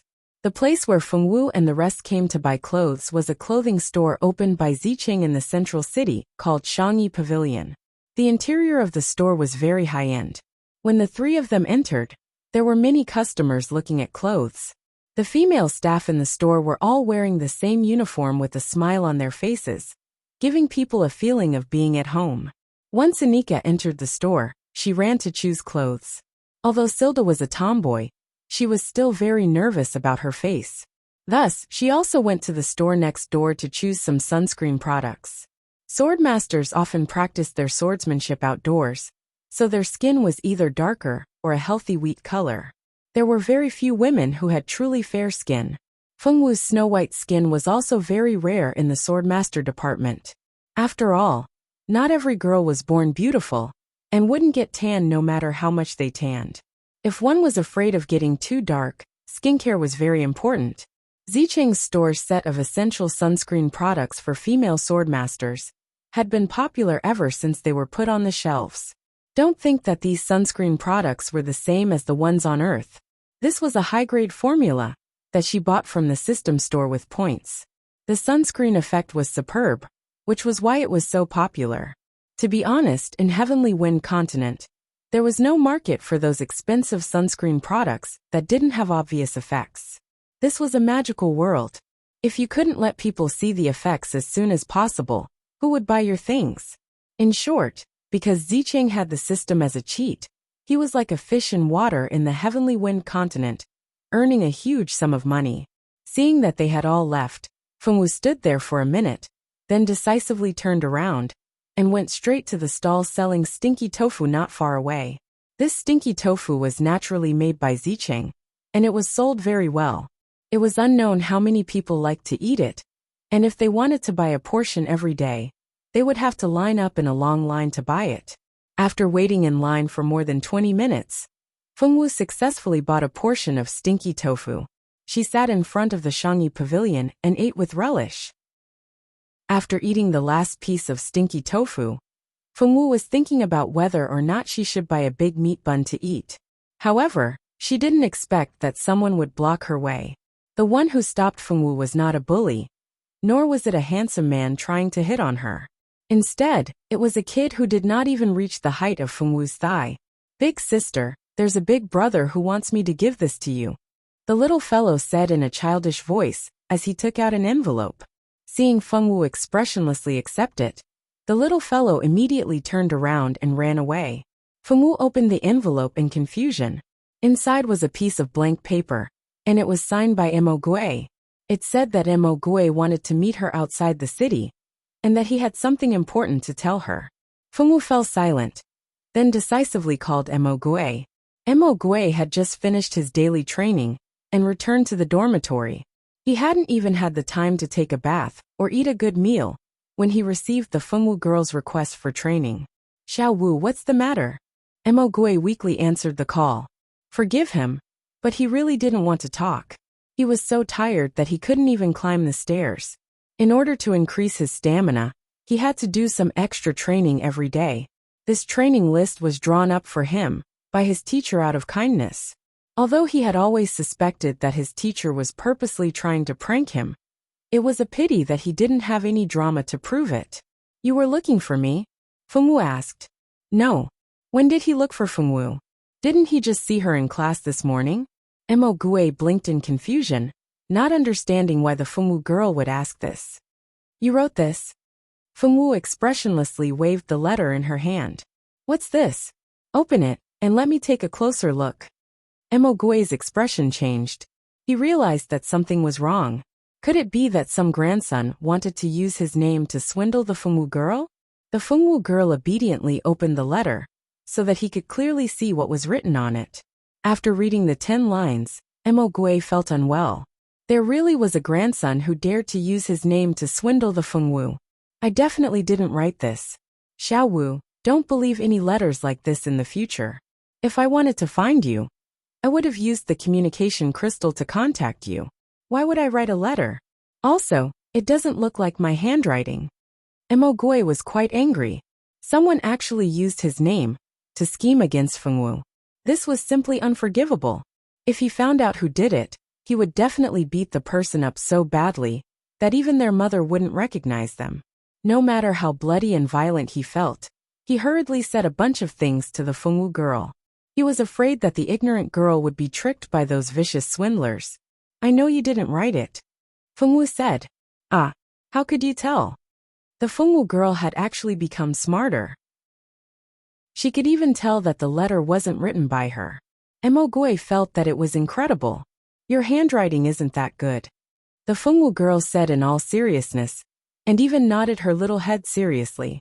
Mo Gui instantly felt like he had received 10,000 points of damage. Was his handwriting that bad? In the Fengwu girl's heart, his handwriting was actually worse than a swindler's. "Since you already realized that I didn't write it, why did you still contact me?" Mo Gui swallowed a mouthful of blood and asked helplessly. "To confirm," the Fengwu girl said. Mo Gui. Half an hour later, the two girls who had made Fengwu wait for a long time finally came out of the shop after buying what they wanted. Both of them put the items into their spatial rings. Fengwu wasn't interested in letting them take it out to sea. The 3 ladies went to a good restaurant and wanted to have a big meal. The 3 of them asked for a private room and ordered a table of dishes. The speed of the dishes being served was very fast. After a few mouthfuls of the dishes, Annika suddenly felt the world spinning around her. There was something wrong with the food. Annika wanted to remind them, but it was too late. The 2 girls didn't even have time to say a word before they closed their eyes and fainted on the table. Chapter 560. The three ladies went to a good restaurant and wanted to have a big meal. The three of them asked for a private room and ordered a table of dishes. The speed of the dishes being served was very fast. After a few mouthfuls of the dishes, Annika suddenly felt the world spinning around her. There was something wrong with the food. Annika wanted to remind them, but it was too late. Silda fell with her. The two girls didn't even have time to say a word before they closed their eyes and fainted on the table. Someone outside seemed to have heard the commotion. There were footsteps and two tall men walked in. "Why is she still awake?" One of the men was shocked to see Fengwu still sitting there eating, as if nothing had happened. "Since you're fine, why aren't you running or asking for help? Why are you sitting there eating? This isn't the script." Fengwu girl calmly ate a mouthful of food. She didn't seem to be affected by the sudden appearance of the two men. After swallowing the food, she looked at the two men. "There's someone here," Fengwu girl said seriously. "This reaction isn't right, girl." What was he thinking? They weren't here to chat. They were here to do something bad. "Boss, what do we do now?" The man turned to look at the other tall man. He didn't know what to do. "Idiot, do you need me to teach you? Just knock her out and take her away." The man who was called boss said impatiently. The other man nodded. He took out a large knife and was about to make a move. Put it away, put it away. If you break the things here, you'll have to pay for it," the boss said angrily. The man put away the knife with a silly smile. Of course, he couldn't pay for it. The tables and chairs here were expensive. He didn't want to pay for it. After putting away the knife, the man raised his sandbag-sized fist and was about to charge forward. Although the little loli was cute, he had taken someone's money and had to help them. He couldn't care less about her. The man wanted to knock Fengwu out and take her away, but the boss grabbed his fist and signaled for him to stop. The man stood aside obediently and looked at Fengwu without saying anything. "Fengwu, what are they here for? Why did Silda and Annika fall asleep while eating? What a strange habit. Little girl, come with us obediently, and we won't make things difficult for your other two friends. If you don't want to, don't blame us for taking the three of you away." The boss smiled coldly, trying to persuade Fengwu to take the initiative to leave with them. Both of them were members of a mercenary group. Their mercenary group specialized in stealing and swindling. In short, the members of a mercenary group did not have a clean background. The reason why the two of them were here was because Fengwu had become the target of their mission. Although their mercenary group was not big, with only 10 people, every one of them had decent strength. The mission this time was just to catch a little girl. They didn't think it was a difficult mission, so only 2 people came from the entire mercenary group. These 2 people were a pair of brothers. They had been in the marketplace since they were young and had done a lot of bad things. Originally, they had found out about the girl's social status from the person who issued the mission, so they thought of an idea. They would pretend to be one of her close friends and write a letter to her, asking her to leave the city alone. Then, the 2 of them would lie in ambush outside the city. Unexpectedly, the girl didn't follow the plot and used the communication crystal to contact the real person, exposing the letter's scam. The 2 of them had no choice but to think of another way. They spent a lot of money to bribe the waiter and put a special drug in the food when it was served. Once the 3 girls fainted, they would be able to take them away from Central City without anyone noticing. Anyway, the employer didn't say that he wanted the girl's life. He just wanted to ruin her reputation. Although they hadn't done this before, it wasn't difficult. They just needed to bring the girls outside and find a place to do them. Then, they would attract some people to watch the scene, and it would be done. It was such a simple thing. As long as it was done, they would earn 500 gold coins. They didn't need to kill or set fire to this job. They could even play with the girls openly. It couldn't be better. If it weren't for the 2 brothers' good mouths and good skills, they wouldn't have such a good job. The plan had been going well, and the other 2 girls had fainted just as they had expected. However, the most important target was completely fine. What was going on? When they came in, this girl was clearly eating. How could she not have fainted? The 2 of them couldn't figure it out. The boss felt that this girl was a bit strange. It was better to not make a move first. It would be best if they could outsmart her. Why should I go with you? Fengwu felt that the two of them were very strange. They walked in while others were eating and said strange things. Could it be that they were the lunatics that Irene usually talked about? The Fengwu girl's eyes widened. When it came to the word lunatics, Fengwu learned it from Irene. Irene said that Eve was a lunatic when she was arguing with Eve. Irene said that lunatics were the kind of people who had problems with their brains. They couldn't be reasoned with. The best way was to ignore them, or use force to suppress them. There was definitely something wrong with these two people's brains. If that was the case, then they were really lunatics. Fengwu's eyes widened. The two men. Why did they feel that something was wrong? No reason. If you don't want anything to happen to your two classmates, come with us. The boss shook off the messy thoughts in his mind and threatened with a gloomy face. Why did he have a strange feeling about this girl? The information clearly said that she was just an ordinary girl. Illusion, it must be an illusion. What will happen to them? The Fengwu girl tilted her head. She was even more confused. As expected, Irene was right. It was impossible to communicate with lunatics. The Fengwu girl thought seriously. Fuck, this girl must be stalling for time. Knock her out and bring her away. The boss felt that this girl's question was a bit stupid. She must be deliberately waiting for people to come and save them. As a professional bad guy, how could he let this girl's evil plan succeed? The other man. So why didn't you just let him punch her? Why did you talk so much nonsense? In the end, you still had to fight. The man could only raise his fist and rush over again. He punched the back of Fengwu's head. Fortunately, this man was merciful and didn't kill. If this punch hit the head, even if she didn't die, she would have a concussion. Chapter 561. The man had no choice but to raise his fist and rush over, aiming at the back of Fengwu's head with a punch. Fortunately, this man was merciful and didn't kill. If this punch hit the head, even if she didn't die, she would have a concussion. The two men who attacked both thought that this time they would definitely be able to take down Fengwu. Who would have thought that Fengwu would actually use her small hand to catch the man's sandbag-sized fist? Moreover, the man's fist was tightly locked, unable to move. Let go. Stinky girl said let go. The man's face was red because of the force. The boss sent a flying kick over, wanting to kick Fengwu away. Who would have thought that Fengwu would also return a kick to him? This kick landed on the boss's chest. The boss was kicked back several steps until his back touched the door. Fengwu's attack succeeded, and the other man took the opportunity to raise his leg to attack Fengwu. Fengwu stepped back to avoid the attack, and at the same time, the man also escaped from Fengwu's grip.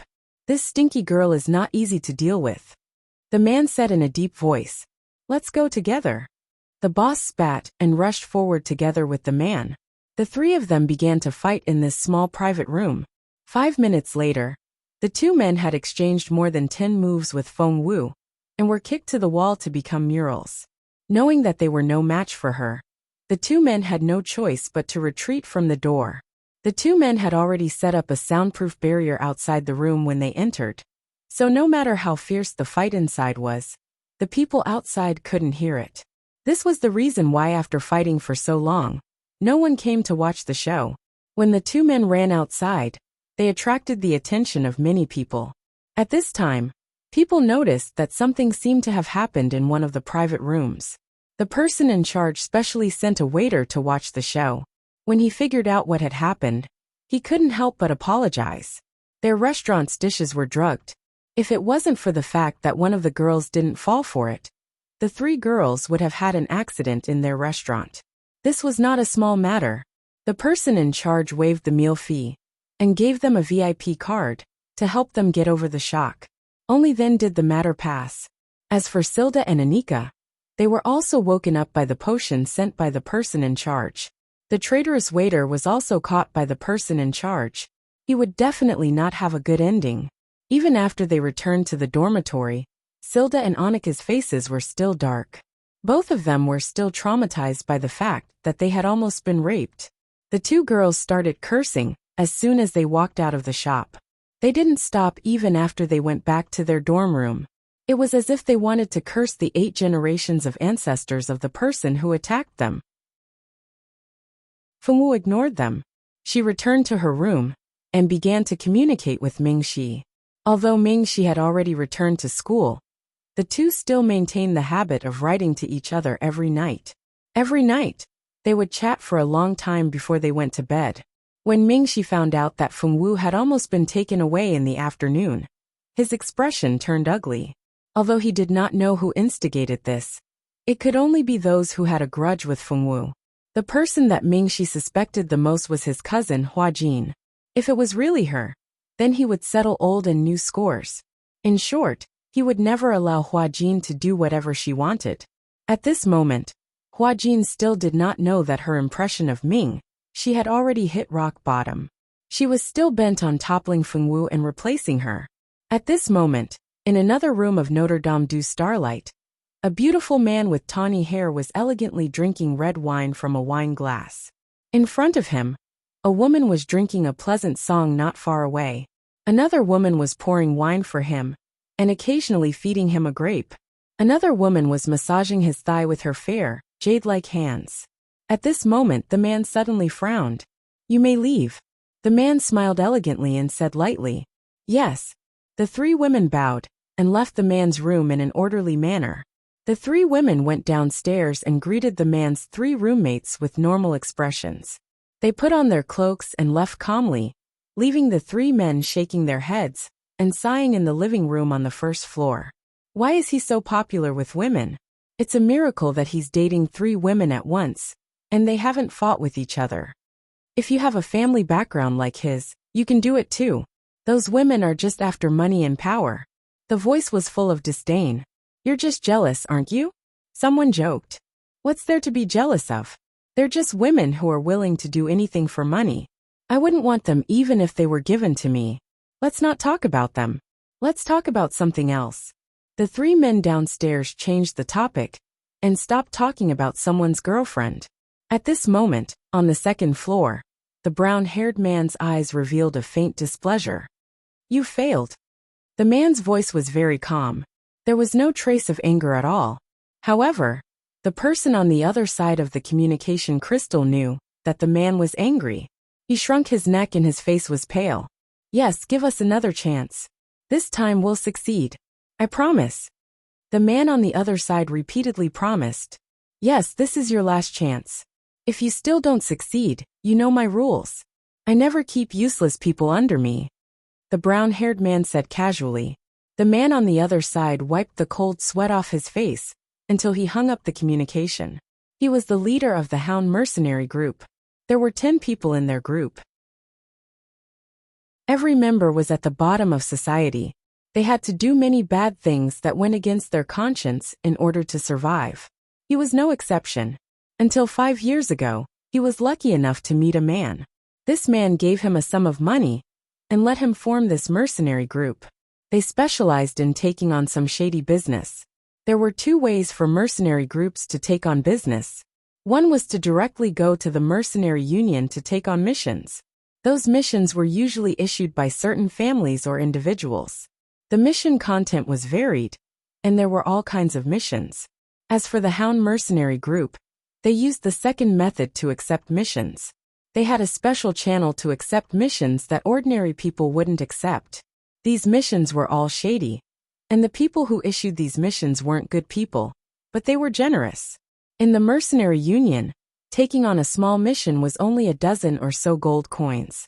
But at the place where they took on missions, a small mission was worth a few hundred gold coins. Not to mention the big missions, there were missions worth hundreds of thousands and even millions. As long as you gave up your conscience, it wasn't hard to make money in this place. Other than him, the leader and vice leader, no one knew that there were people behind their mercenary group. They only thought that the Hound mercenary group was an ordinary team of 10 people. The others didn't know that the purpose of their mercenary group's existence was to serve a certain young master. This young master was like a demon. Chapter 562. Other than him, the leader and vice leader, no one else knew that there was someone behind them. They thought that the Hound's mercenary group was just an ordinary team of 10 people. No one else knew that the purpose of their mercenary group's existence was to serve a certain young master. This young master was a demon-like existence. After ending the call, the tawny-haired youth looked up slightly with a thoughtful look in his eyes. No one knew what he was thinking about. Why did you fail? Didn't you say that you would definitely succeed? Hua Jin yelled in exasperation on the other end of the communication crystal. The tawny-haired man frowned slightly, a hint of displeasure appearing in his eyes. I'll help you deal with that woman. You don't have to be so anxious. If not for the fact that he needed the item she had obtained from the Silvermoon Ancient Kingdom, he would have killed this detestable woman long ago. Unfortunately, now was not the time to kill her. He had not gotten the item yet, so he had to bear with it for a while longer. But you failed, didn't you? What kind of trash are your subordinates? They can't even defeat a second-year girl. Hua Jin yelled into the communication crystal in her room. Her disgust for Fengwu had reached its peak. Mingxi's sudden return to the school, and she actually heard the news from someone else. Although most people in the school did not know about Mingxi's true identity, she still did not know about it. She didn't find it strange that Mingxi didn't express any intimacy with her. However, in the eyes of those in the know, it was as if Mingxi didn't care about her at all. She might not be able to become the future wife of a prince, or even the Moon Empress. In the eyes of some people, she, Hua Jin, had turned from someone who could be roped into a joke. In their eyes, she had become a clown. If she could not get rid of Fengwu and pull Mingxi's heart back to her, she would become a joke when Mingxi's identity was announced in the future. She did not want that. Her dream since young was to be like her aunt and become the noblest woman in Silvermoon, making all the other women kneel before her. No one should think of destroying her dream. Anyone who stands in her way must die. Unknowingly, Hua Jin had already gone further and further down the path of darkness, and there was no way to pull him back. When are you going to get me what I need? Miss Hua Jin, I've already sent people to help you with what you want, but I don't see you doing anything about what I want. The man sneered with a hint of murderous intent in his eyes. Hua Jin, who was originally cursing loudly, could not make a sound at this moment. Although Hua Jin was not strong, he could still clearly sense the warning and murderous intent in the other party's eyes. She believed that if she couldn't fulfill Gammon's request, she would definitely die silently in his hands. She had already realized how perverted this man was when she was working with him. If Gammon hadn't backed off at the last minute, she wouldn't have had to get involved with such a dangerous person. She took a deep breath and suppressed the restlessness and uneasiness in her heart. What are you worried about? Why would I lie to you? I'll definitely do what I promised you. Hua Jin hurriedly replied and hung up the call. After hanging up, Hua Jin could not help but exhale deeply. This man is too dangerous. Will I really not regret working with him? Hua Jin did not know what the answer would be. Regardless of whether she would regret this decision in the future, there was no way out for her now. If she could not fulfill her promise, he would definitely kill her. Definitely. For the next 3 days, Mingxi was worried that something would happen to Fengwu again, so he did not let her leave the school as she wished. The men from the hounds had been waiting outside the school for 3 days, but Fengwu still did not come out of the school. They had no choice but to wait here. He really didn't understand. It was such a simple mission to kidnap a girl. How did it end up like this? The men from the hounds were gloomy, but since they had accepted the mission, they had to do it well. Otherwise, they would have to pay several times the commission. Those who could take on such shameful missions loved money as much as their lives. How could they be willing to give up the money they had taken? Hence, no matter how unwilling they were, they had to wait outside the school gates obediently. This was especially true for the 2 brothers who had been chased away by Fengwu. They were eager to catch Fengwu.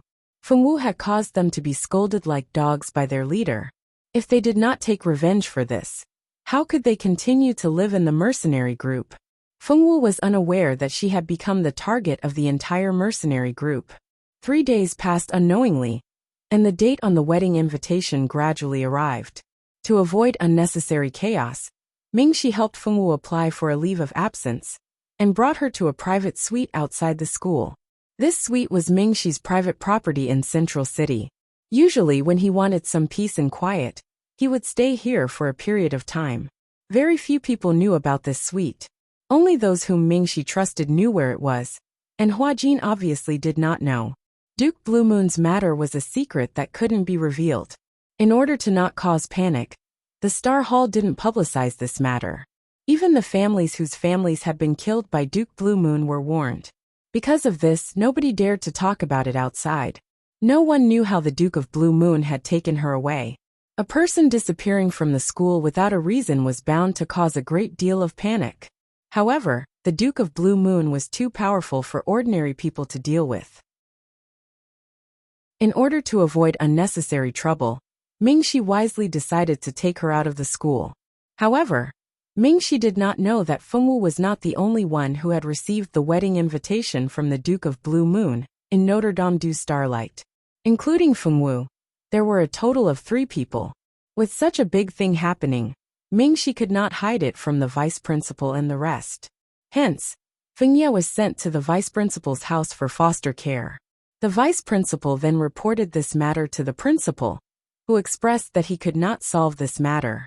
This was not the first time he had experienced the Duke of Blue Moon's methods. He had powerful spatial magic, and could instantly move people to any place he wanted. The principal and the rest had long suspected that the Duke of Blue Moon was a spatial magic god. Unfortunately, no one had seen the Duke of Blue Moon before, so naturally, no one could verify this conjecture. When the clock struck midnight, Fengwu, who had been sleeping on the bed just a moment ago, turned into specks of white light and disappeared. Mingxi had been sitting beside Fengwu's bed to accompany her. When he saw with his own eyes how Fengwu disappeared, his heart sank. He had already set up layers of barriers inside and outside the house. Chapter 563. Unfortunately, no one had ever seen the Duke of Blue Moon, so naturally, no one could verify this conjecture. When the clock struck midnight, Fengwu, who had been sleeping on the bed just a moment ago, turned into specks of white light and disappeared. Mingxi had been sitting beside Fengwu's bed to accompany her. He saw with his own eyes how Fengwu disappeared, and his heart trembled. He had already laid down layers of enchantments inside and outside the house.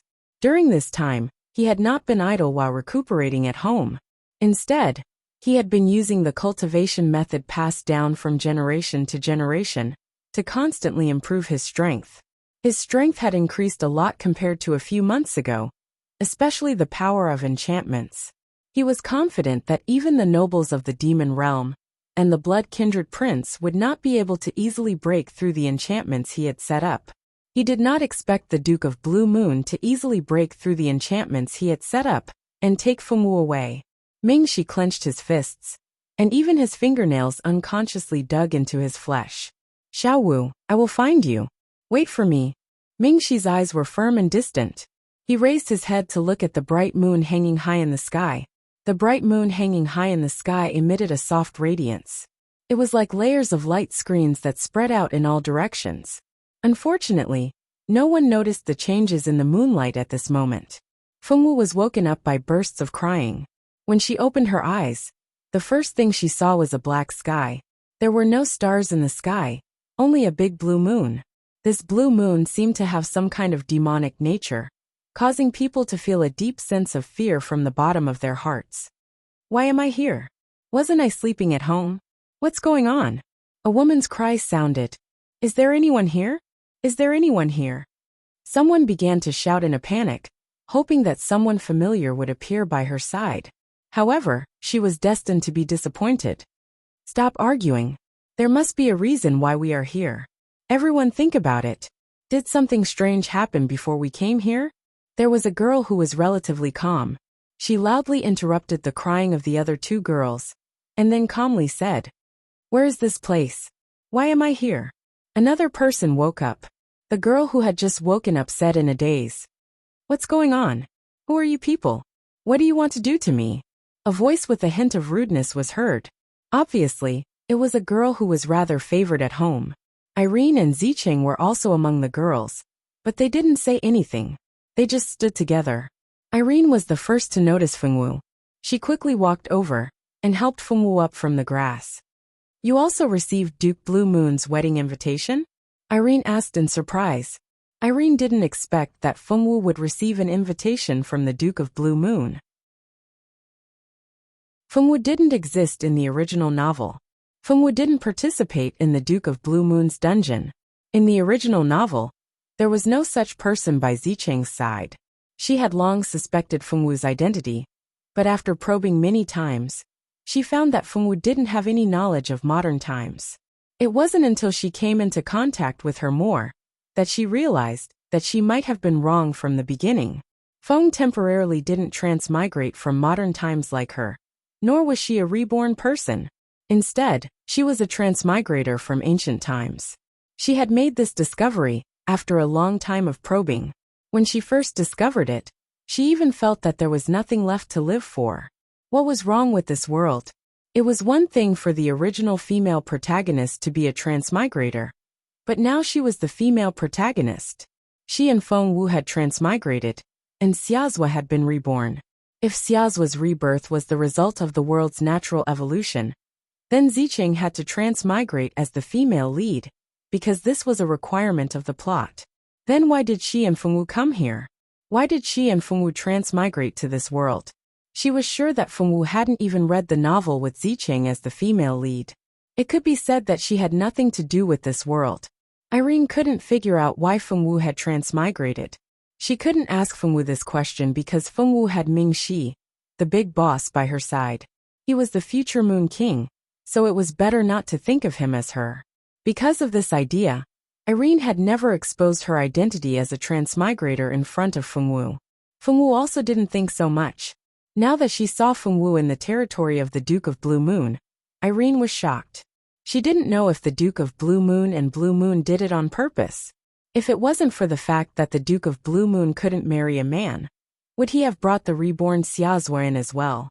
Irene kept complaining in her mind. Fengwu stood up with Irene's help. After standing up, she realized that the clothes she was wearing didn't seem right. They weren't her clothes. She blinked and looked at the others in confusion. Then she realized that it wasn't just her. Everyone's clothes had been changed, and it was a wedding dress. The 10 girls were all wearing the same blue wedding dress with the same crown on their heads. Even the small leather shoes on their feet were the same. Everything was so strange. It was no wonder these girls were crying and making a fuss. Any normal person who suddenly went to a place they had never been to before, and whose clothes and accessories were all changed, would already be mentally strong enough to not faint. Yes, Fengwu answered. The Duke of Blue Moon's wedding invitation. The 10 girls were standing very close to each other. Erin didn't try to lower her voice when she spoke, so 2 of the girls who were closer to her overheard her. Could it be that we're here because of the wedding invitation? There was no lack of smart people among the 10 girls. After confirming that everyone had received the so-called Duke of Blue Moon's wedding invitation, all the girls guessed that they were brought here because of the wedding invitation. What's going on? Why did I appear in this place after receiving a wedding invitation out of the blue? Why is this happening? A delicate and weak girl cried pitifully. Unfortunately, there were only girls here. No one was in the mood to appreciate her beautiful crying. Who brought us here? What's her purpose? Another girl said uneasily while twisting her fingers. What other purpose could there be? To choose a bride to make a doll, Irene secretly complained in her heart. However, she could only think about it in her heart. She couldn't say it out loud, because it wasn't something that a daughter of a small family like her could know. Moreover, it wasn't good to let them know too much at this time. What if they couldn't take it and directly committed suicide here? Daring to disrupt the Duke of Blue Moon's wedding game was a serious crime. They would die very miserably. Chapter 564. However, she could only think about it in her heart. She couldn't say it out loud, because it wasn't something that a legitimate daughter of a small family like her could know. Moreover, it wouldn't be good to let them know too much at this time. What if they couldn't stand it and directly committed suicide here? Daring to disrupt the wife selection game of the Duke of Blue Moon was a serious crime. They would die very miserably. Irene was still very afraid of the mysterious Duke of Blue Moon in the original novel. No, it should be said that she was very afraid of him. Other than Irene, who had read the original novel. The other girls were scared and confused. Probably because they hadn't seen the means of the Duke of Blue Moon. No one felt despair.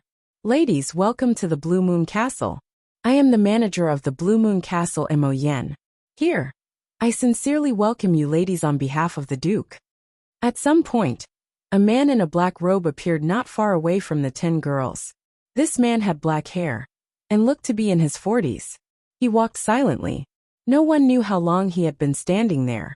Among the 10 girls, including Fengwu, no one discovered his existence. Ah, who are you? What is your purpose? You want money, right? I will give you a lot of money. Let me go home quickly. If you don't let me go, my father won't let you go. The girl who spoke obviously didn't have the consciousness of being in danger. When she spoke, she acted high and mighty, like a spoiled young lady. The man who called himself Mo Yen didn't even frown. Miss Simia really knows how to joke. Since you can come here, it means that you have the opportunity to become the Duke's bride. This is a supreme honor. Please don't say such rude words again. When he spoke of the Duke of Blue Moon, Mo Yan's eyes were full of reverence and admiration, as well as a trace of madness. When Irene saw him, the words brainless fan appeared in her mind. What supreme honor? Honor my ass. I'm about to be killed by all kinds of tricks. What honor? Irene cursed in her heart. She didn't have a good impression of this Mo Yen, who had always stood beside the Duke of Blue Moon and madly worshipped his master. This was a crazy man. To some extent, his madness was comparable to the Duke of Blue Moon. The Duke's bride? What nonsense are you talking about? When did this young miss agree to become his bride? You kidnapped this young miss to force this young miss to commit a crime, right? Let me tell you, this is purely a dream. This young lady is the granddaughter of the Pharmacists Guild's vice president. Not just anyone can match up to me. If you know what's good for you, quickly let this young lady go. Otherwise, when grandfather brings people to find me, all of you won't have a good ending. It was obvious that Simia hadn't recognized the reality yet. She still thought that this was the outside world where no one dared to disrespect the Pharmacists Guild. In the outside world, Simia had been a little princess who was doted on by her family since she was young. But in Blue Moon Castle, she was nothing. Duke Blue Moon wouldn't give anyone face. A mere vice president of the continent's Pharmacists Guild wasn't enough for him. Irene saw everything clearly. Fengwu stood quietly at the side and watched Simia, and the man called Mo Yen argue without saying a word. Zicheng also didn't say anything. If it was any other time, she wouldn't mind trying to curry favor with the granddaughter of the Pharmacists Guild's vice president. But ever since she came to this place, she had a very ominous premonition. She believed that her premonition wouldn't appear for no reason. Before she figured out the danger of this place, and the owner of this place, she couldn't rashly confront the people here. Just based on the fact that the other party could bring her from the school to this place without alerting anyone, she had to admit that the other party's strength was more than twice as high as her current strength. The others weren't so calm. When they saw Simia reveal her identity and wanted the other party to let her go, 2 other girls did the same. These 2 girls also had good family backgrounds.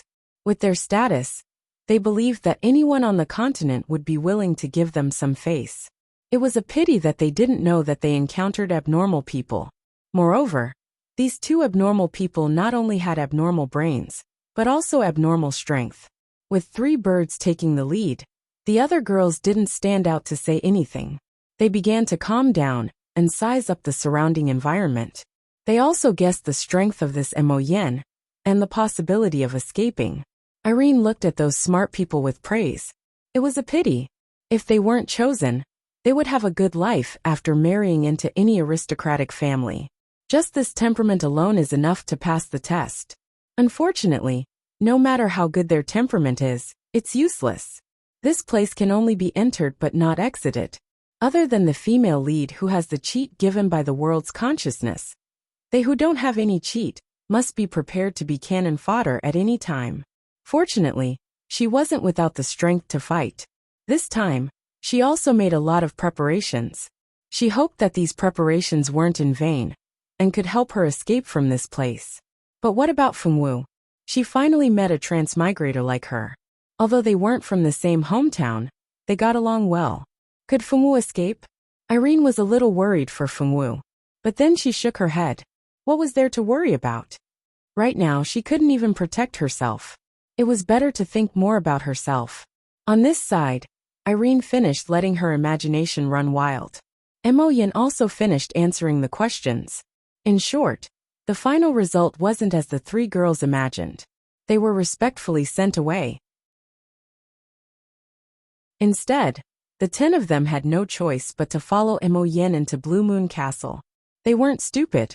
Naturally, they could see that although Mo Yan's attitude was good, there wasn't much respect in his eyes. He looked at them too calmly, so calmly that it was frightening. No matter how unpleasant Simia and the others' words were, he was as unmoved as a mountain. The other girls only felt that this person was very deep, and his thoughts were unfathomable. Irene knew that this was because Mo Yin didn't have the heart to bicker with them. A person who was destined to live for a long time didn't even have the right to make him angry. Rather than saying that he was deep in thought, it was more accurate to say that he ignored them. In his eyes, all of them were inanimate objects. Mo Yin was an old monster who had lived for who knew how many years. How could he get angry with an inanimate object? Mo Yin led the 10 girls wearing beautiful blue wedding dresses through a grassland and into a magnificent castle. This castle was very big. The girls who appeared here either had some outstanding qualities or had some outstanding status. They were all young girls with extraordinary knowledge.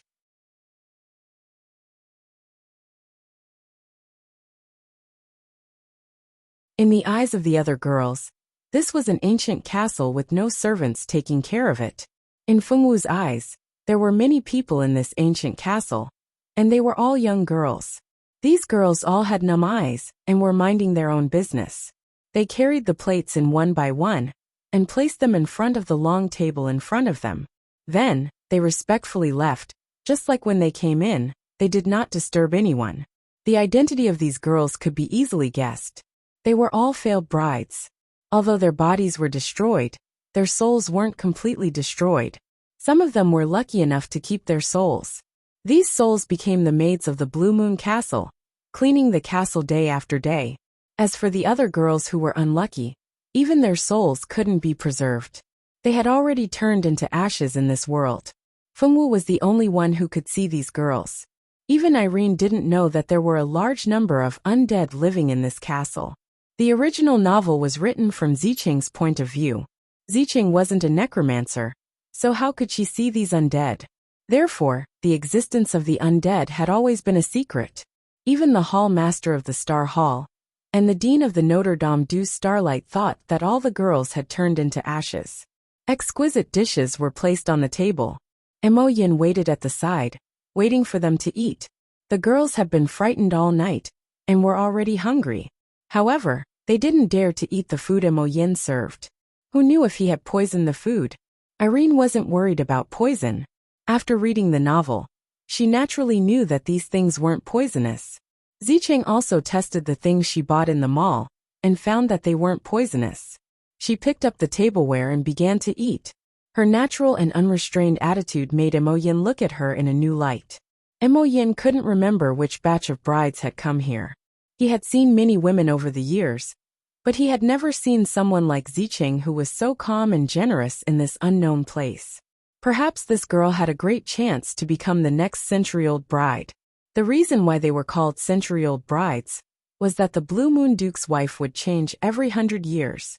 After 100 years, there would be another beautiful woman to fill the position. The previous century-old bride had been the Duchess for 100 years. And from this batch of girls, there would be the next century-old bride. Among these girls, he hoped that there would be a wife who could satisfy the Duke. He didn't want the Duke to get tired of them too early. Although their abilities were far greater than that of humans, this human world wasn't a place where they could frequent. The world's consciousness wouldn't allow them to do so. The people of Star Hall and Star Music Academy also didn't want to appear often. His Excellency had said that it was best not to go against the world's consciousness. This wasn't good for outsiders like them. And the people of Star Hall and Notre Dame du Starlight, as the world's top forces, The Duke didn't want to casually become enemies with them. It was best if they didn't have anything to do with each other. He knew that Star Hall and Notre Dame du Starlight had wanted to catch the Duke for a long time. Unfortunately, no matter what method they used, they couldn't come to the Blue Moon world created by His Excellency.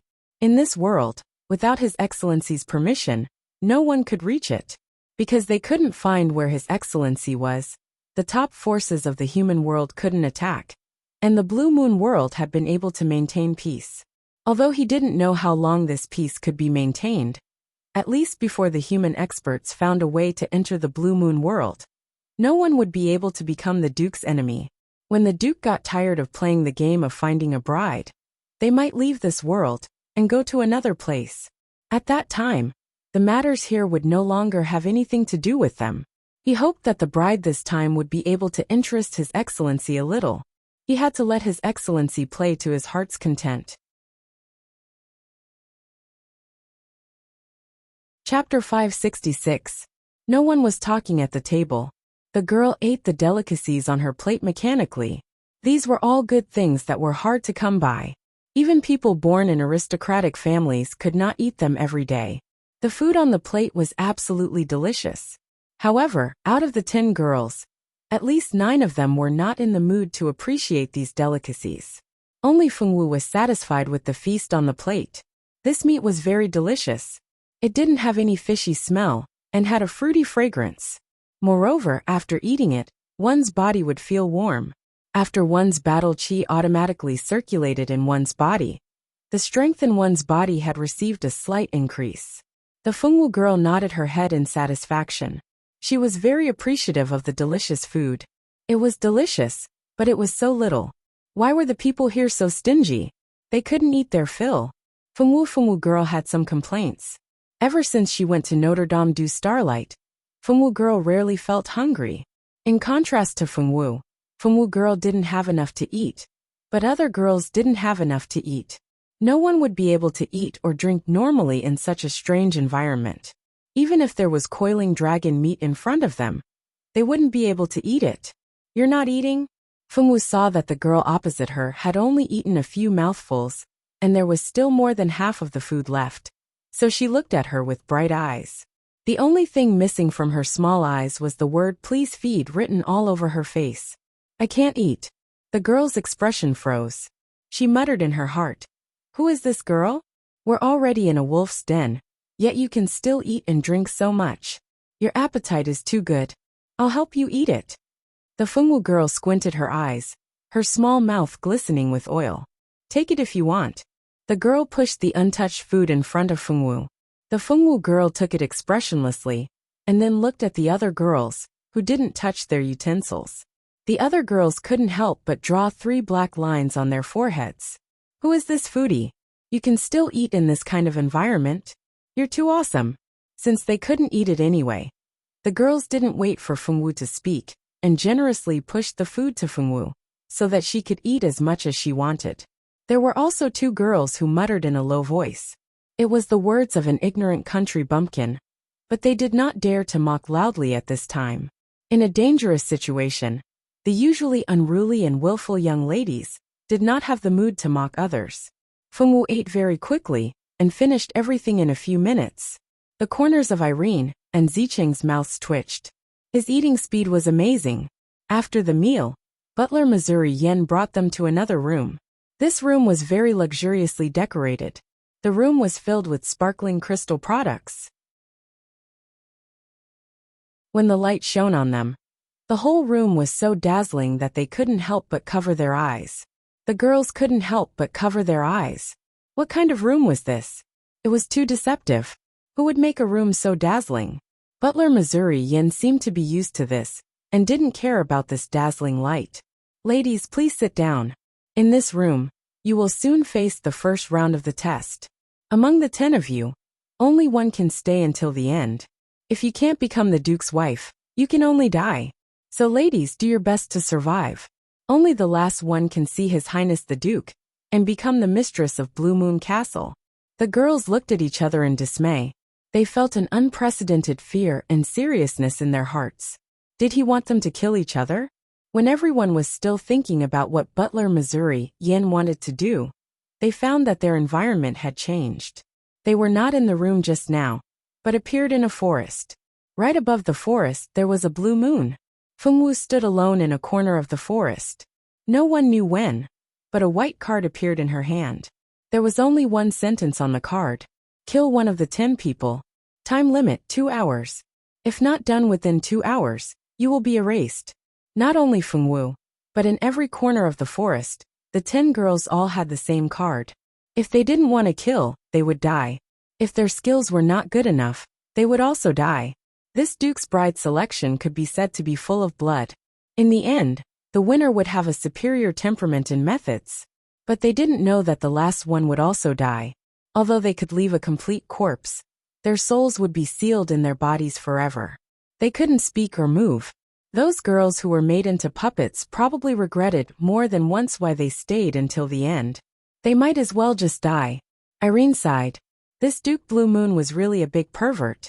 Squeezing the card in her hand, Irene's eyes flashed with determination. She had to live until the end. Fengwu looked at the card and casually threw it to the side. Then, she lifted her foot and walked into the forest. Some of the other girls made up their minds to destroy the card. Some directly hugged their heads and cried.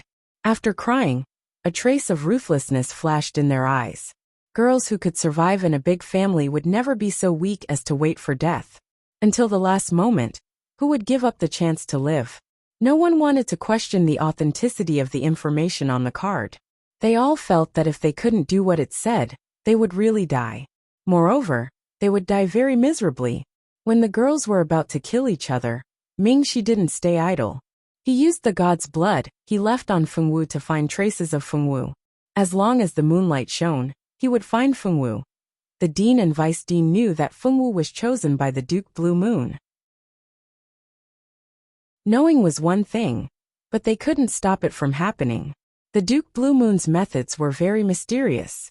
Even the experienced and knowledgeable Star Hall Master and Notre Dame du Starlight's dean had no way to save her. At the same time, Irene and Ziqing went missing from the school. In order to not cause unnecessary panic, the school naturally concealed this matter.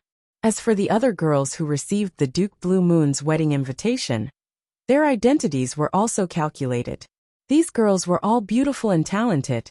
The disappearance of these girls was also concealed. If the existence of the Duke Blue Moon was revealed, it would only cause panic among the girls. Before there was a solution, it was better not to say anything. The families of the girls didn't know about the Duke Blue Moon. Most of them thought that their children were kidnapped and were frantically looking for them.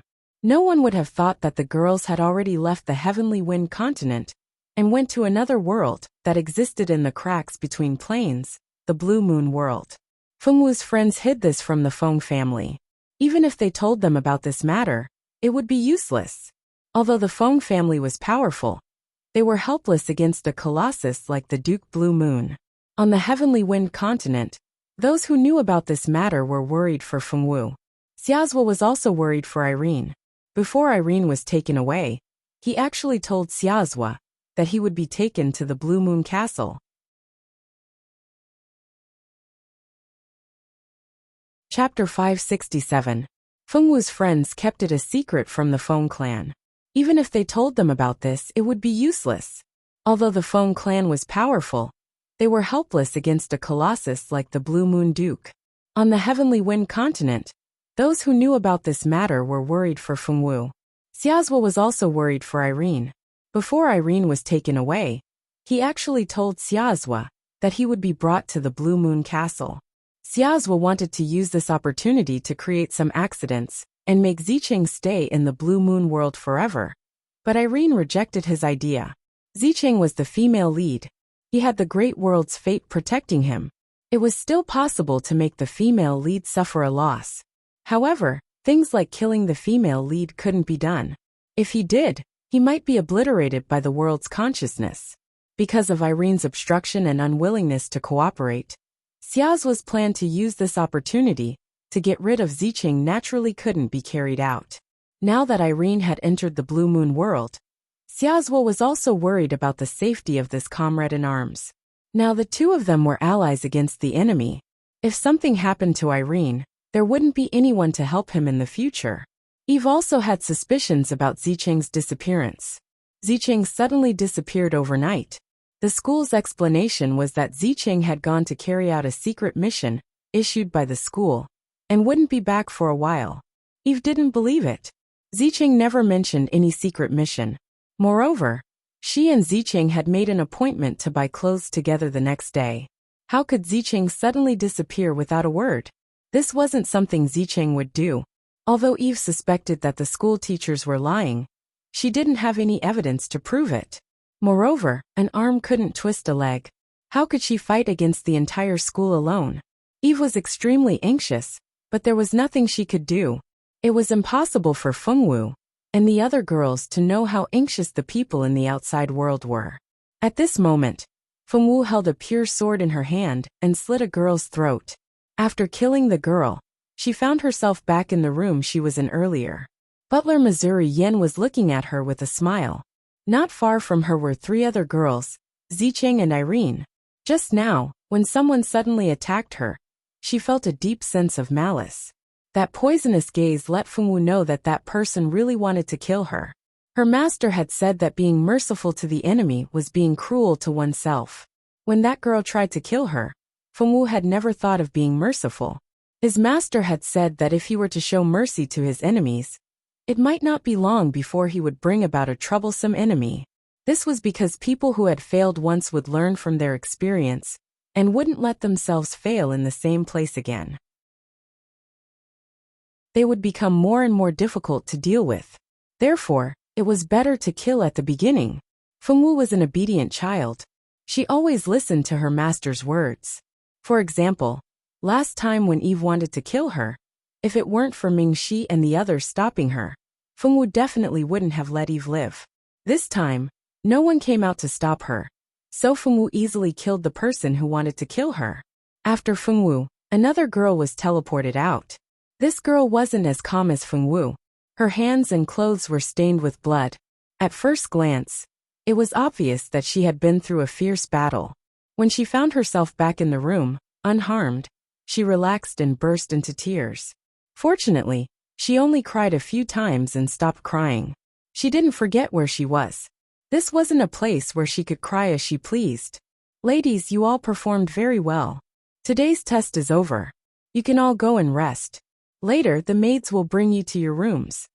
Mo Yin nodded with satisfaction and said, hearing that they didn't have to continue fighting, all the girls breathed a sigh of relief. Although Irene and Zicheng were girls with good fighting strength, they didn't want to fight with others for no reason. These girls were innocent. Everyone just wanted to live on and be the last one to survive. If they could live well, who would want to die so easily? Soon, rows of maids dressed in white appeared. These girls seemed to have suddenly appeared at the same time. The maids brought them to their rooms. When they walked around the castle, many maids were working on the side. When they saw them, their expressions were very calm. There was no fluctuation in their eyes. They were like cold corpses. Besides working, they didn't have any thoughts. Seeing these lifeless girls like puppets, the 5 surviving girls were inexplicably horrified. Why did so many maids suddenly appear? They clearly weren't here when they were eating. Fengwu.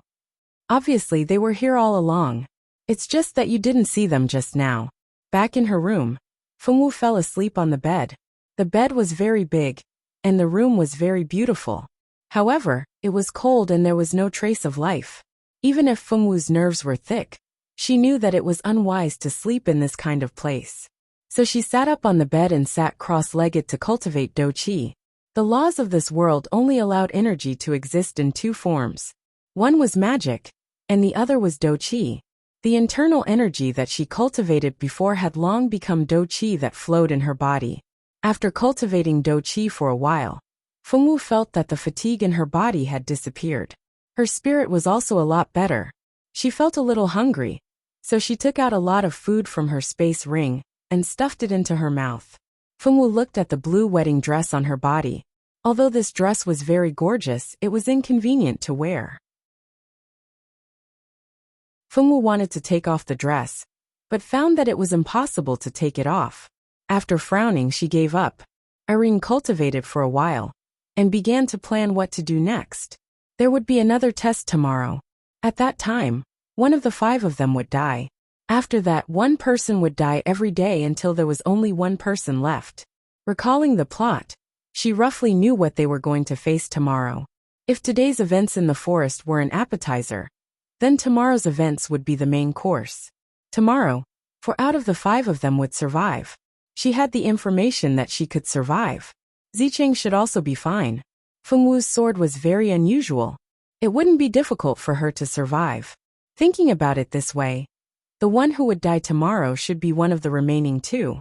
While Irene was thinking about who would die tomorrow, Zicheng was also communicating with the system. After evolution, her system had a certain communication ability. It was no longer like before where it couldn't speak. Chapter 568. Tomorrow, 4 out of the 5 of them would survive. She was confident that she could survive. Zicheng shouldn't have a problem either. Feng Wu's sword was very unusual, so it wouldn't be difficult for her to survive. Thinking about it this way, the one who would die tomorrow should be one of the remaining 2. While Irene was thinking about who would die tomorrow, Zicheng was also communicating with the system. After evolution, her system had a certain communication ability. It was no longer like before when it couldn't speak. After asking the system, Zicheng came to the conclusion that they were in an unknown small world. The owner of this small world was the Duke of Blue Moon. The only way she could leave was to use a large amount of points to exchange for an item. Knowing that there was a way to leave, Zicheng was greatly relieved. She didn't want to stay in this damned place and be the wife of the Duke of Blue Moon. She must leave this damned place. Zicheng's eyes were firm. The other 2 girls couldn't sleep either. They were frightened the whole night and didn't dare to sleep at all. They wanted to meditate, but they couldn't calm down. Their hearts were in a mess, and their chests were pressed by a stone. They were very sad. Early the next morning, the maids of the Blue Moon Castle appeared again and invited them to the front hall to enjoy breakfast. The 5 girls wore yesterday's wedding dress and walked step by step to the front hall with heavy footsteps. The table was already filled with delicious food. These were all rare delicacies, and the aroma they emitted was very appetizing. Steward Mo Yin quietly waited on the side, watching them finish breakfast. The breakfast was tasteless, except for Feng Wu, the little foodie. The others didn't even know what the food tasted like. Everyone had their own thoughts and didn't have the mood to taste the food. After eating, Steward Mo Yin led them out of the castle and into a blue forest. Today's rules were that the 5 of them would enter the forest, and 4 of them would survive. They would only be teleported out of the forest when one of them died. Fortunately, they weren't asked to kill each other this time. In this forest there were many strange beasts. These strange beasts were unique to the Blue Moon Forest. They were powerful and bloodthirsty, and their skin was thick. If one wasn't careful, they would be bitten to death. After Mo Yin explained the rules, he disappeared into the forest. At the same time, the forest was sealed by a barrier. Unless one person died, no one could leave. One after another, blue exotic beasts appeared around the 5 of them silently, surrounding them with ferocious looks in their eyes. Don't come over. A girl raised her wand and cried with red eyes. What kind of monster is this? The other girl was so scared that her hands and feet turned cold. Her heart was also flustered. These monsters gave her the feeling that they were too strong. They were definitely not something that a teenage girl like her could deal with. Irene also took out her staff and prepared for battle. Zicheng's eyes flashed with something, and his lips pursed. Feng Wu raised her sword, and her small face was expressionless. The sword spirit inside the pure sword Xiaochun was a little puzzled. What are these things? They feel so strange. They don't seem like creatures from the human world, the demon world, the god world, or even the underworld. What the hell is this? Of course, Xiaochun couldn't recognize these blue exotic beasts. They were all creatures created by the Duke of the Blue Moon Forest with his own power. They didn't have the ability to think, only the instinct to kill. They had no ability to resist their master, the Duke of the Blue Moon Forest. Although the Duke of the Blue Moon Forest didn't order them to attack, Their instinct to kill still made them surround the intruding girls. Roar! Waves of earth-shattering roars came out. The girls raised their weapons and faced these exotic beasts. The exotic beasts were extremely ferocious. In just a moment, someone was already injured. The sweet smell of blood made these exotic beasts even crazier.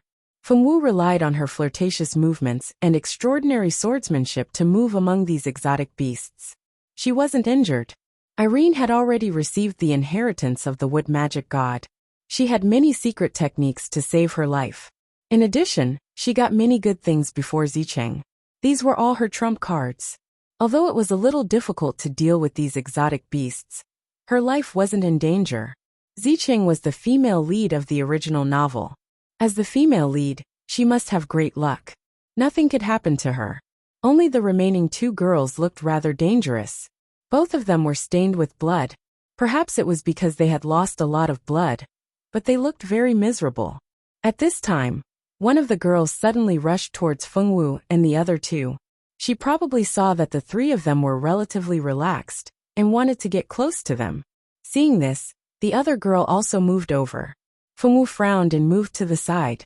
One must always be vigilant. After being plotted against a few times, Fengwu understood the deeper meaning behind her master's words. Irene also moved back slightly. Zicheng was still fighting on the spot and didn't deliberately move away. At this time, Zicheng obviously wouldn't save the two of them. She wasn't that stupid. Moreover, Zicheng was only a fake saint. The reason why she was a saint was to earn favorability points. She didn't really have any sympathy. The reason why she didn't move was because she had enough confidence. Even if someone wanted to plot against her, they wouldn't be able to do it. Since that was the case, there was no need for her to dodge. The two injured girls hid beside Zicheng. With the protection of the female lead, Zicheng, they felt a lot more relaxed.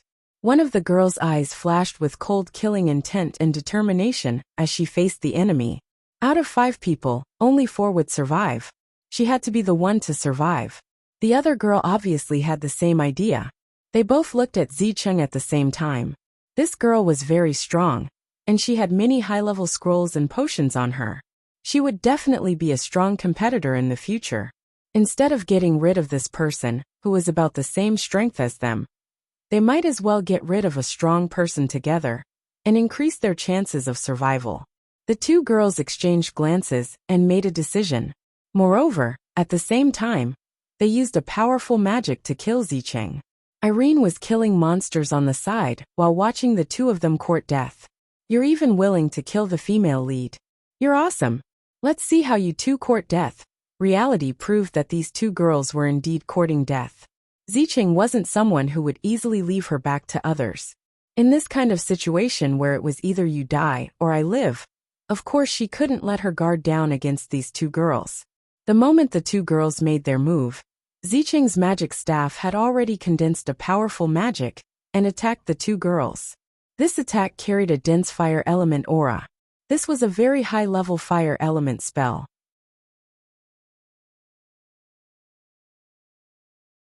Chapter 569. The truth proved that these two ladies were indeed courting death. Zicheng was not someone who would easily show his back to others. In this kind of situation where it was either you die or I live, it was impossible for him not to guard against these two ladies. The moment these two girls made their move, Zicheng's magic wand had already condensed a powerful magic attack towards the two girls. This attack carried a dense fire element aura. This was a very high-level fire element spell. As the female lead, Zicheng's magic spells were definitely much more advanced than these two girls. When the 3 magic attacks collided, the magic used by the two girls immediately collapsed. The two girls' faces changed greatly. One of the girls reacted very quickly and immediately used a scroll to protect herself. The other girl's reaction was not so fast. When Zicheng's magic approached her body, she only felt a kind of palpitation, as if she had fallen into hell. After that, she did not know anything. Irene looked at the girl who had already turned into ashes. Wasn't this girl the granddaughter of the Pharmacists Guild's vice president? She was called something like Samia. So what if her family background was good? When facing the female lead, only death awaited her. With Samia's death, All the girls were teleported out. This challenge of 5 survivors and 4 survivors was over. As soon as the other girl who survived returned to Blue Moon Castle, she seemed to have lost all her strength and fell to the ground weakly. Her eyes drifted towards Zicheng from time to time. That look in her eyes was like looking at a demon. Zicheng did not care how this girl looked at him. In any case, in Zicheng's eyes, this girl was destined to be a dead person. She survived this time, but the next one to die would only be her. Among the 4 of them who survived, her fighting strength was the weakest. Her death was already foreseeable. For a person who was destined to die, Zicheng naturally did not bother to look at her. After returning to his room, Zicheng immediately used his points to exchange for a barrier-breaking bead. This bead could open the barrier of a small world for a short time. It was a much more advanced item than the barrier-breaking talisman. The points required were very shocking. If she hadn't sold a sacred artifact, she wouldn't have had so many points to buy this barrier-breaking bead. Before using the barrier-breaking bead, Zicheng cautiously asked the system to observe if there were any supervisors around. After making sure that no one was paying attention to her, she used the barrier-breaking bead to create a small space that only one person could pass through. The moment the spatial barrier was broken, Zicheng entered it without stopping. Irene, who had been paying attention to Zicheng's movements, used a special method to avoid being detected by the system. Less than a second after Zicheng entered the spatial rift, Irene appeared out of nowhere and immediately followed him in. As soon as Aaron stepped into the spatial rift, a beautiful yet cold man in a luxurious blue robe with blue hair that reached his waist appeared in front of the spatial rift. A hint of interest flashed through the man's eyes as he looked at the crack that hadn't closed in time. This was the first time someone had dared to escape from his territory. But little mice, do you really think you can escape like this? The man sneered. Then he waved his hand gently. A destructive force immediately hit the tunnel that was closing quickly. When the man waved his power, the spatial rift immediately shattered into pieces. Then, it turned into dust and dissipated in the air. The entire Blue Moon world became impregnable again. It was as if the tunnel had never appeared. I'm sorry, Master. It's my fault. Mo Yen stood behind the man and said respectfully, "Forget it. It's just 2 little mice left and right. I've already broken the tunnel. There's a 90% chance that they'll die in the tunnel." The man was the master of this world, Duke Blue Moon. Mo Yen stood aside and didn't say anything. He had let the 2 bride candidates escape under his watch. This was his fault. Keep an eye on the other 2. Don't let anything happen. Duke Blue Moon said coldly. Then he disappeared. After Duke Blue Moon left, Mo Yan's face changed. This was the first time he hadn't done what the Duke had told him to do. It was all because of those women, who didn't know what was good for them. It was a great honor to be the Duke's wife, but they dared to run away. If the other 2 dared to follow those 2, he would let them know what it meant to live a life worse than death. Mo Yan swore in his heart. At the same time, he sent maids to guard Fengwu and the other girl who were still alive. In Mo Yan's heart, since the Duke had personally made a move, Irene and Zicheng couldn't be alive. They must have died in the spatial rift. Those 2 women couldn't be alive. Unfortunately, it was too easy for them to die like this. They should suffer all kinds of torture before slowly dying. What Mo Yan didn't know was that the people he thought were dead were actually alive and well. The original female lead and the counterattack female lead weren't so easy to get a boxed meal. In a valley somewhere in Heavenly Wind Continent, a woman wearing a blue wedding dress fell from the sky and landed on a tree. The woman's beautiful blue wedding dress had been cut into tatters. Not only her dress, but her body was also covered with wounds of varying depths. Even her face had been slashed several times. Her body was covered in blood, which flowed down the trunk to the roots of the tree. As time passed, the woman was still unconscious. Her life force was quickly fading away. At this moment, a man riding a Pegasus passed through the forest. When the Pegasus passed by a tree, a drop of blood fell on the man's head. The man felt something was wrong. He looked up. Before he could see anything, another drop of blood fell on his face. When he saw the blue figure, the man frowned slightly. He leaped lightly onto the tree and carried the bleeding woman back to the back of the Pegasus. Irene. When he saw the woman's face, the man finally recognized her. It was actually someone he knew. Feng Juntian had some impression of this girl. She was his younger sister Feng Wu's classmate. She had even stayed with the Feng family for a few days. Irene's luck was pretty good. The place where she fell was the area where Feng Juntian was on a mission. That was how she was saved. If she hadn't met Feng Juntian, with her serious injuries and fainted in such a deserted forest, by the time she was found, grass would have grown on her grave. This was luck.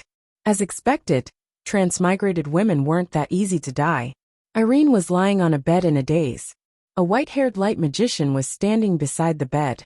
Under the magician's light magic, Irene's wounds were healing at a speed visible to the naked eye.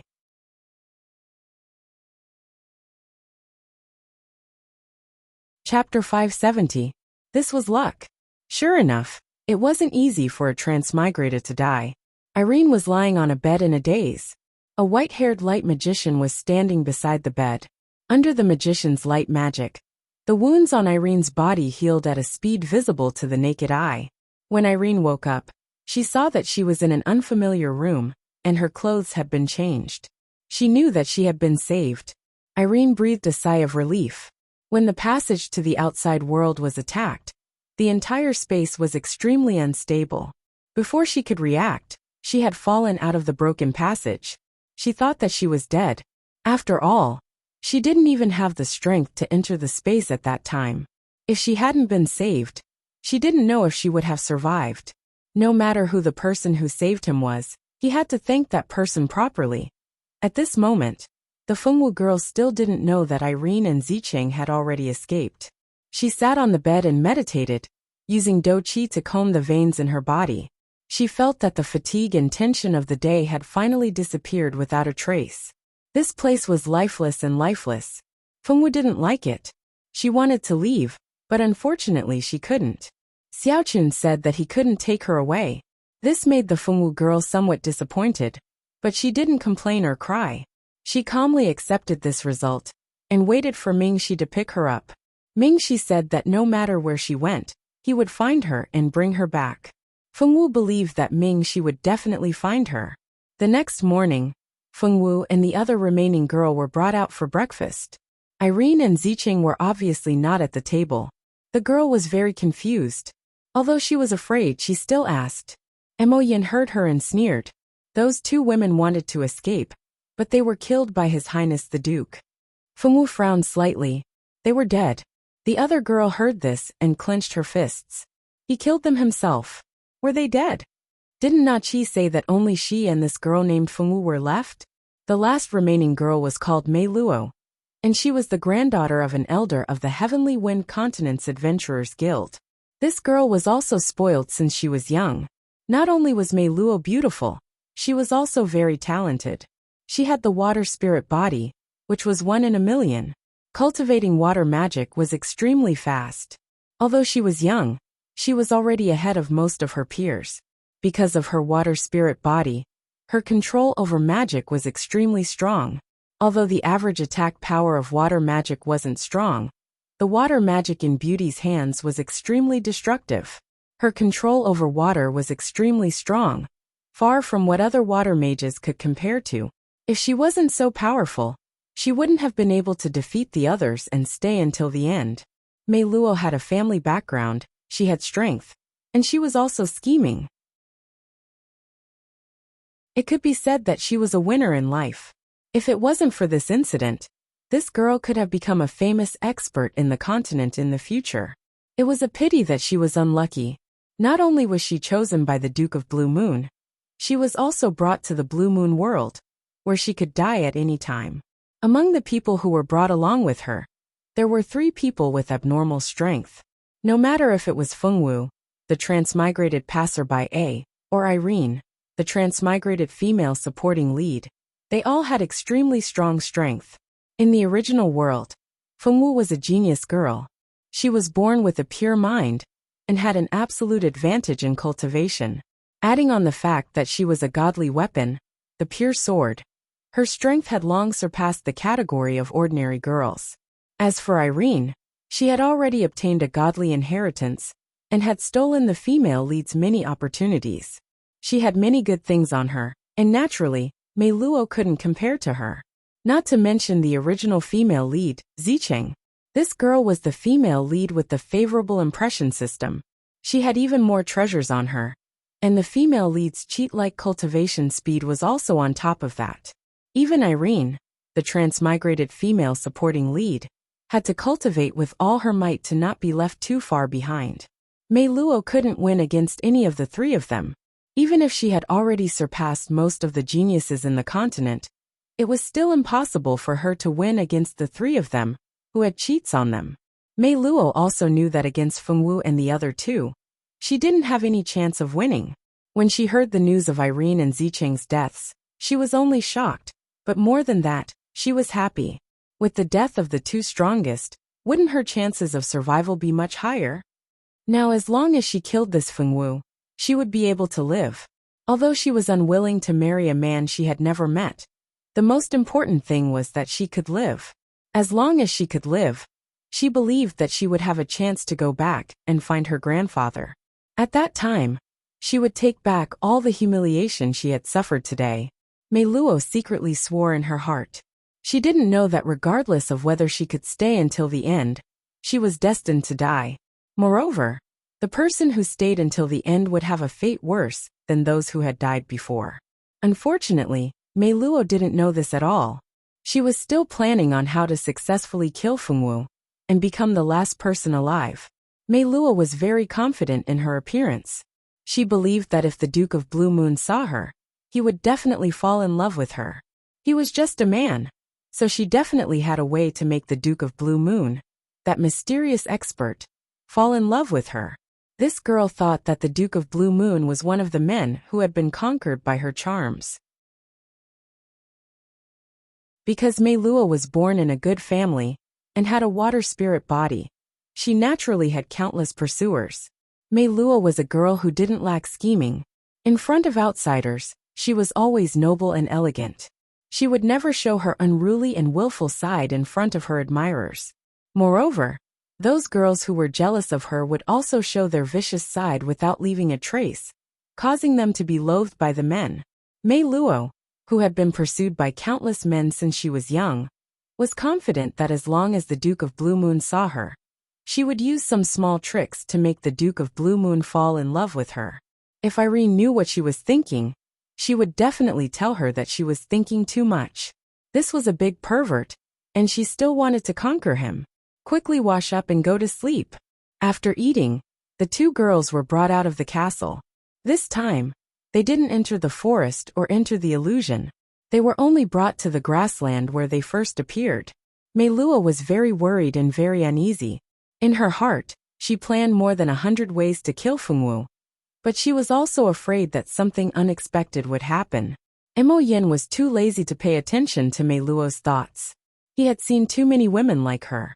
However, the other girl, this girl called Fengwu, clearly didn't meet his master's criteria for a wife. Why did his master have to bring her to the Blue Moon world?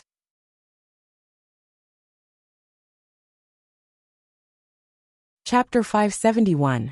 Mei Luo was very worried and uneasy. She had thought of 100 ways to kill Fengwu, but she was afraid that something unexpected would happen. Mo Yin was too lazy to care about Mei Luo's thoughts. He had seen too many women like her. As for the other girl, this girl called Fengwu clearly didn't meet his master's criteria to be his wife. Why did his master bring her here? He knew that this girl was young, but she had already given birth to a child. Why did his master look at this kind of woman who was no longer pure? He even squeezed out another girl that he had carefully selected. Mo Yin couldn't understand this question. Although he was the Duke of Blue Moon's trusted aide, he didn't know everything. Congratulations to the two ladies for staying until the last round. This is your last round of competition. The one who survives will be the mistress of Blue Moon Castle. As long as the two ladies kill their opponents, they will be the final winners. Now please move. The last round of competition will begin. After Mo Yin announced with a faint smile, he retreated to the side and looked at the two girls standing on opposite sides. The two didn't immediately make a move. Fengwu didn't want to fight. She already had someone she wanted to marry in the future. She didn't want to be the Duke of Blue Moon's wife at all. Fengwu pursed her lips and didn't say those words. This man gave her a dangerous feeling. Relying on her sharp animal instincts, she felt that if she said those words, she would definitely die. Thus she couldn't say it out loud. Fengwu's instincts weren't wrong. If Fengwu dared to say that she didn't want to fight, as a diehard fan of the Duke of Blue Moon, it wouldn't take too long to kill her. Even if Fengwu was specially brought here by the Duke of Blue Moon, if she didn't follow the rules, she would still die. Fengwu and Mei Luo each stood on opposite sides. Mei Luo was thinking about how to kill Fengwu, while Fengwu was thinking about when Mingxi would arrive. She didn't want to marry someone else. How about letting Mei Luo win? But that didn't seem to work either. If Beauty won, she would die. That person called Mo Yen had said that they had to kill each other to win. The Fengwu girl did not want to die. She still wanted to live and wait for Mingxi to come and pick her up. If she wanted to live, it seemed that she had to win against the girl in front of her. But if she won, she would have to marry the Duke of Blue Moon. The Fengwu girl's expressionless face showed a rare trace of hesitation. The two girls stood there for a quarter of an hour. Clearly, neither of them had any intention of making the first move. Just as Mo Yin was about to remind the two of them to attack each other immediately, the moonlight in the sky seemed to become particularly dazzling. In the Blue Moon realm, there was no difference between day and night. There was only one blue moon in this place. No matter if it was day or night, this moon would always be there. The blue moonlight always carried a chill, making people unable to feel the slightest bit of warmth. Every day, the moon of the Blue Moon realm would emit the same light. There was no difference, no change. But now the moonlight had changed. It was even more dazzling than before, bringing with it a dreamlike beauty. Moon King, why have you come to my Blue Moon realm? A dignified figure with a hint of evilness walked through the air, and suddenly appeared above the three of them. At the same time, under the moonlight, a dreamlike figure appeared. It was a shockingly beautiful man. The man had long golden hair, ice blue eyes, and a slight smile on his lips. It was like the warmth of the spring breeze, and the gentleness of the moonlight. Prince Mingxi, the Duke of Blue Moon, was surprised to see who had come. He thought it would be Moon King. He did not expect it to be Mingxi, the Crown Prince. Duke of Blue Moon. Mingxi nodded in the direction of the Duke of Blue Moon. Prince Mingxi, why have you come to my Blue Moon realm? The Duke of Blue Moon was quite polite to Mingxi, the future Moon King. Moon King was not an easy person to deal with. The four emperors could affect the situation as a whole. He did not want to fight the top elites of this world. Mingxi is here for his fiancée. Mingxi's fiancée Fengwu has been invited by the Duke for a while. Mingxi misses her very much. I wonder if Mingxi can bring his fiancée back? Mingxi said with a smile. Facing the Duke of Blue Moon, who was extremely powerful, Mingxi did not show any fear. Fiancé? The people he brought were all investigated thoroughly. There was no way they had anything to do with the royal families of the Four Kingdoms, let alone the future Moon King's fiancé. Although he knew Mingxi was lying, the Duke of Blue Moon did not expose him. He only looked at Mo Yin questioningly. Your Highness, Prince Mingxi's fiancé is indeed here. It is my fault for not investigating clearly. Mo Yin consciously took the blame for this. Taking the blame for his master was the responsibility of a subordinate. Not to mention, Mo Yin was a diehard fan of the Duke of Blue Moon. Taking the blame for his master was nothing to him. For a diehard fan, taking the blame for his master was an honor. Go and receive your punishment later, the Duke of Blue Moon said emotionlessly. He looked at Fengwu and said, Since you are Prince Mingxi's fiancé, you can go back with Prince Mingxi. If it was any of the other three emperors, he wouldn't care.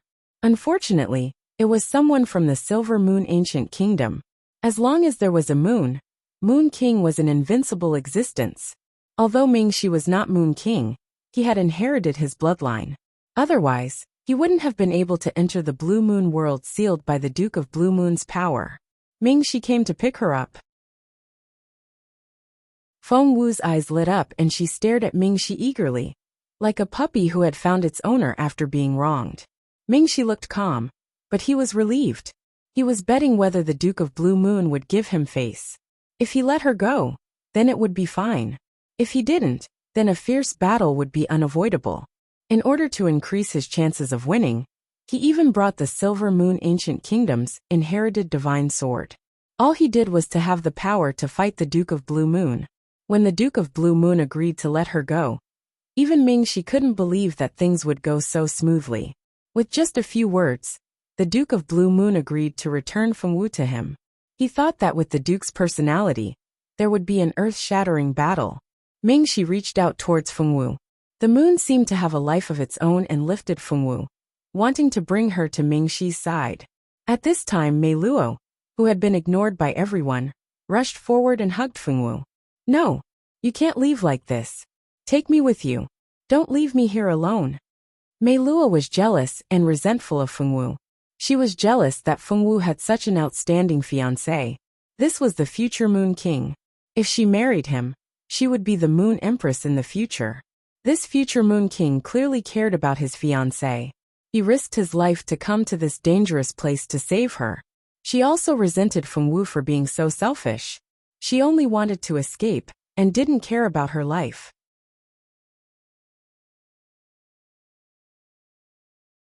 Chapter 572. She was jealous that Fengwu had such an outstanding fiancé. This was the future Moon Emperor. If she married him, she would definitely become the Moon Empress. This future Moon Emperor was obviously very concerned about his fiancé. He actually risked his life to come to such a dangerous place to save her. She also resented Fengwu for being so selfish. She only wanted to escape and didn't care about her life or death. Mei Luo held on to Fengwu tightly. She didn't want to be taken away by the moonlight. She didn't want to be left alone in such a scary place. If they didn't take her away, then they would die together. Fengwu frowned at her. She wasn't happy that Mei Luo was holding on to her. Ming-Shi frowned. Taking Fengwu away was already giving face to Duke Blue Moon. He couldn't ask to take anyone else away. Besides, he didn't have any relationship with this girl. There was no need to make Duke Blue Moon unhappy for a stranger. When the time came, none of them would be able to leave. What a naughty girl. Duke Blue Moon smiled. However, this smile didn't reach his eyes. Mo Yin immediately waved his hand. Mei Luo, who was holding on to Fengwu tightly, flew away like a kite with a broken string. Without Mei Luo's pull, the gentle moonlight brought Fengwu into the sky. She came to Ming-Shi's side. Ming-Shi held her hand and said goodbye. The two disappeared into the moonlight. "No!"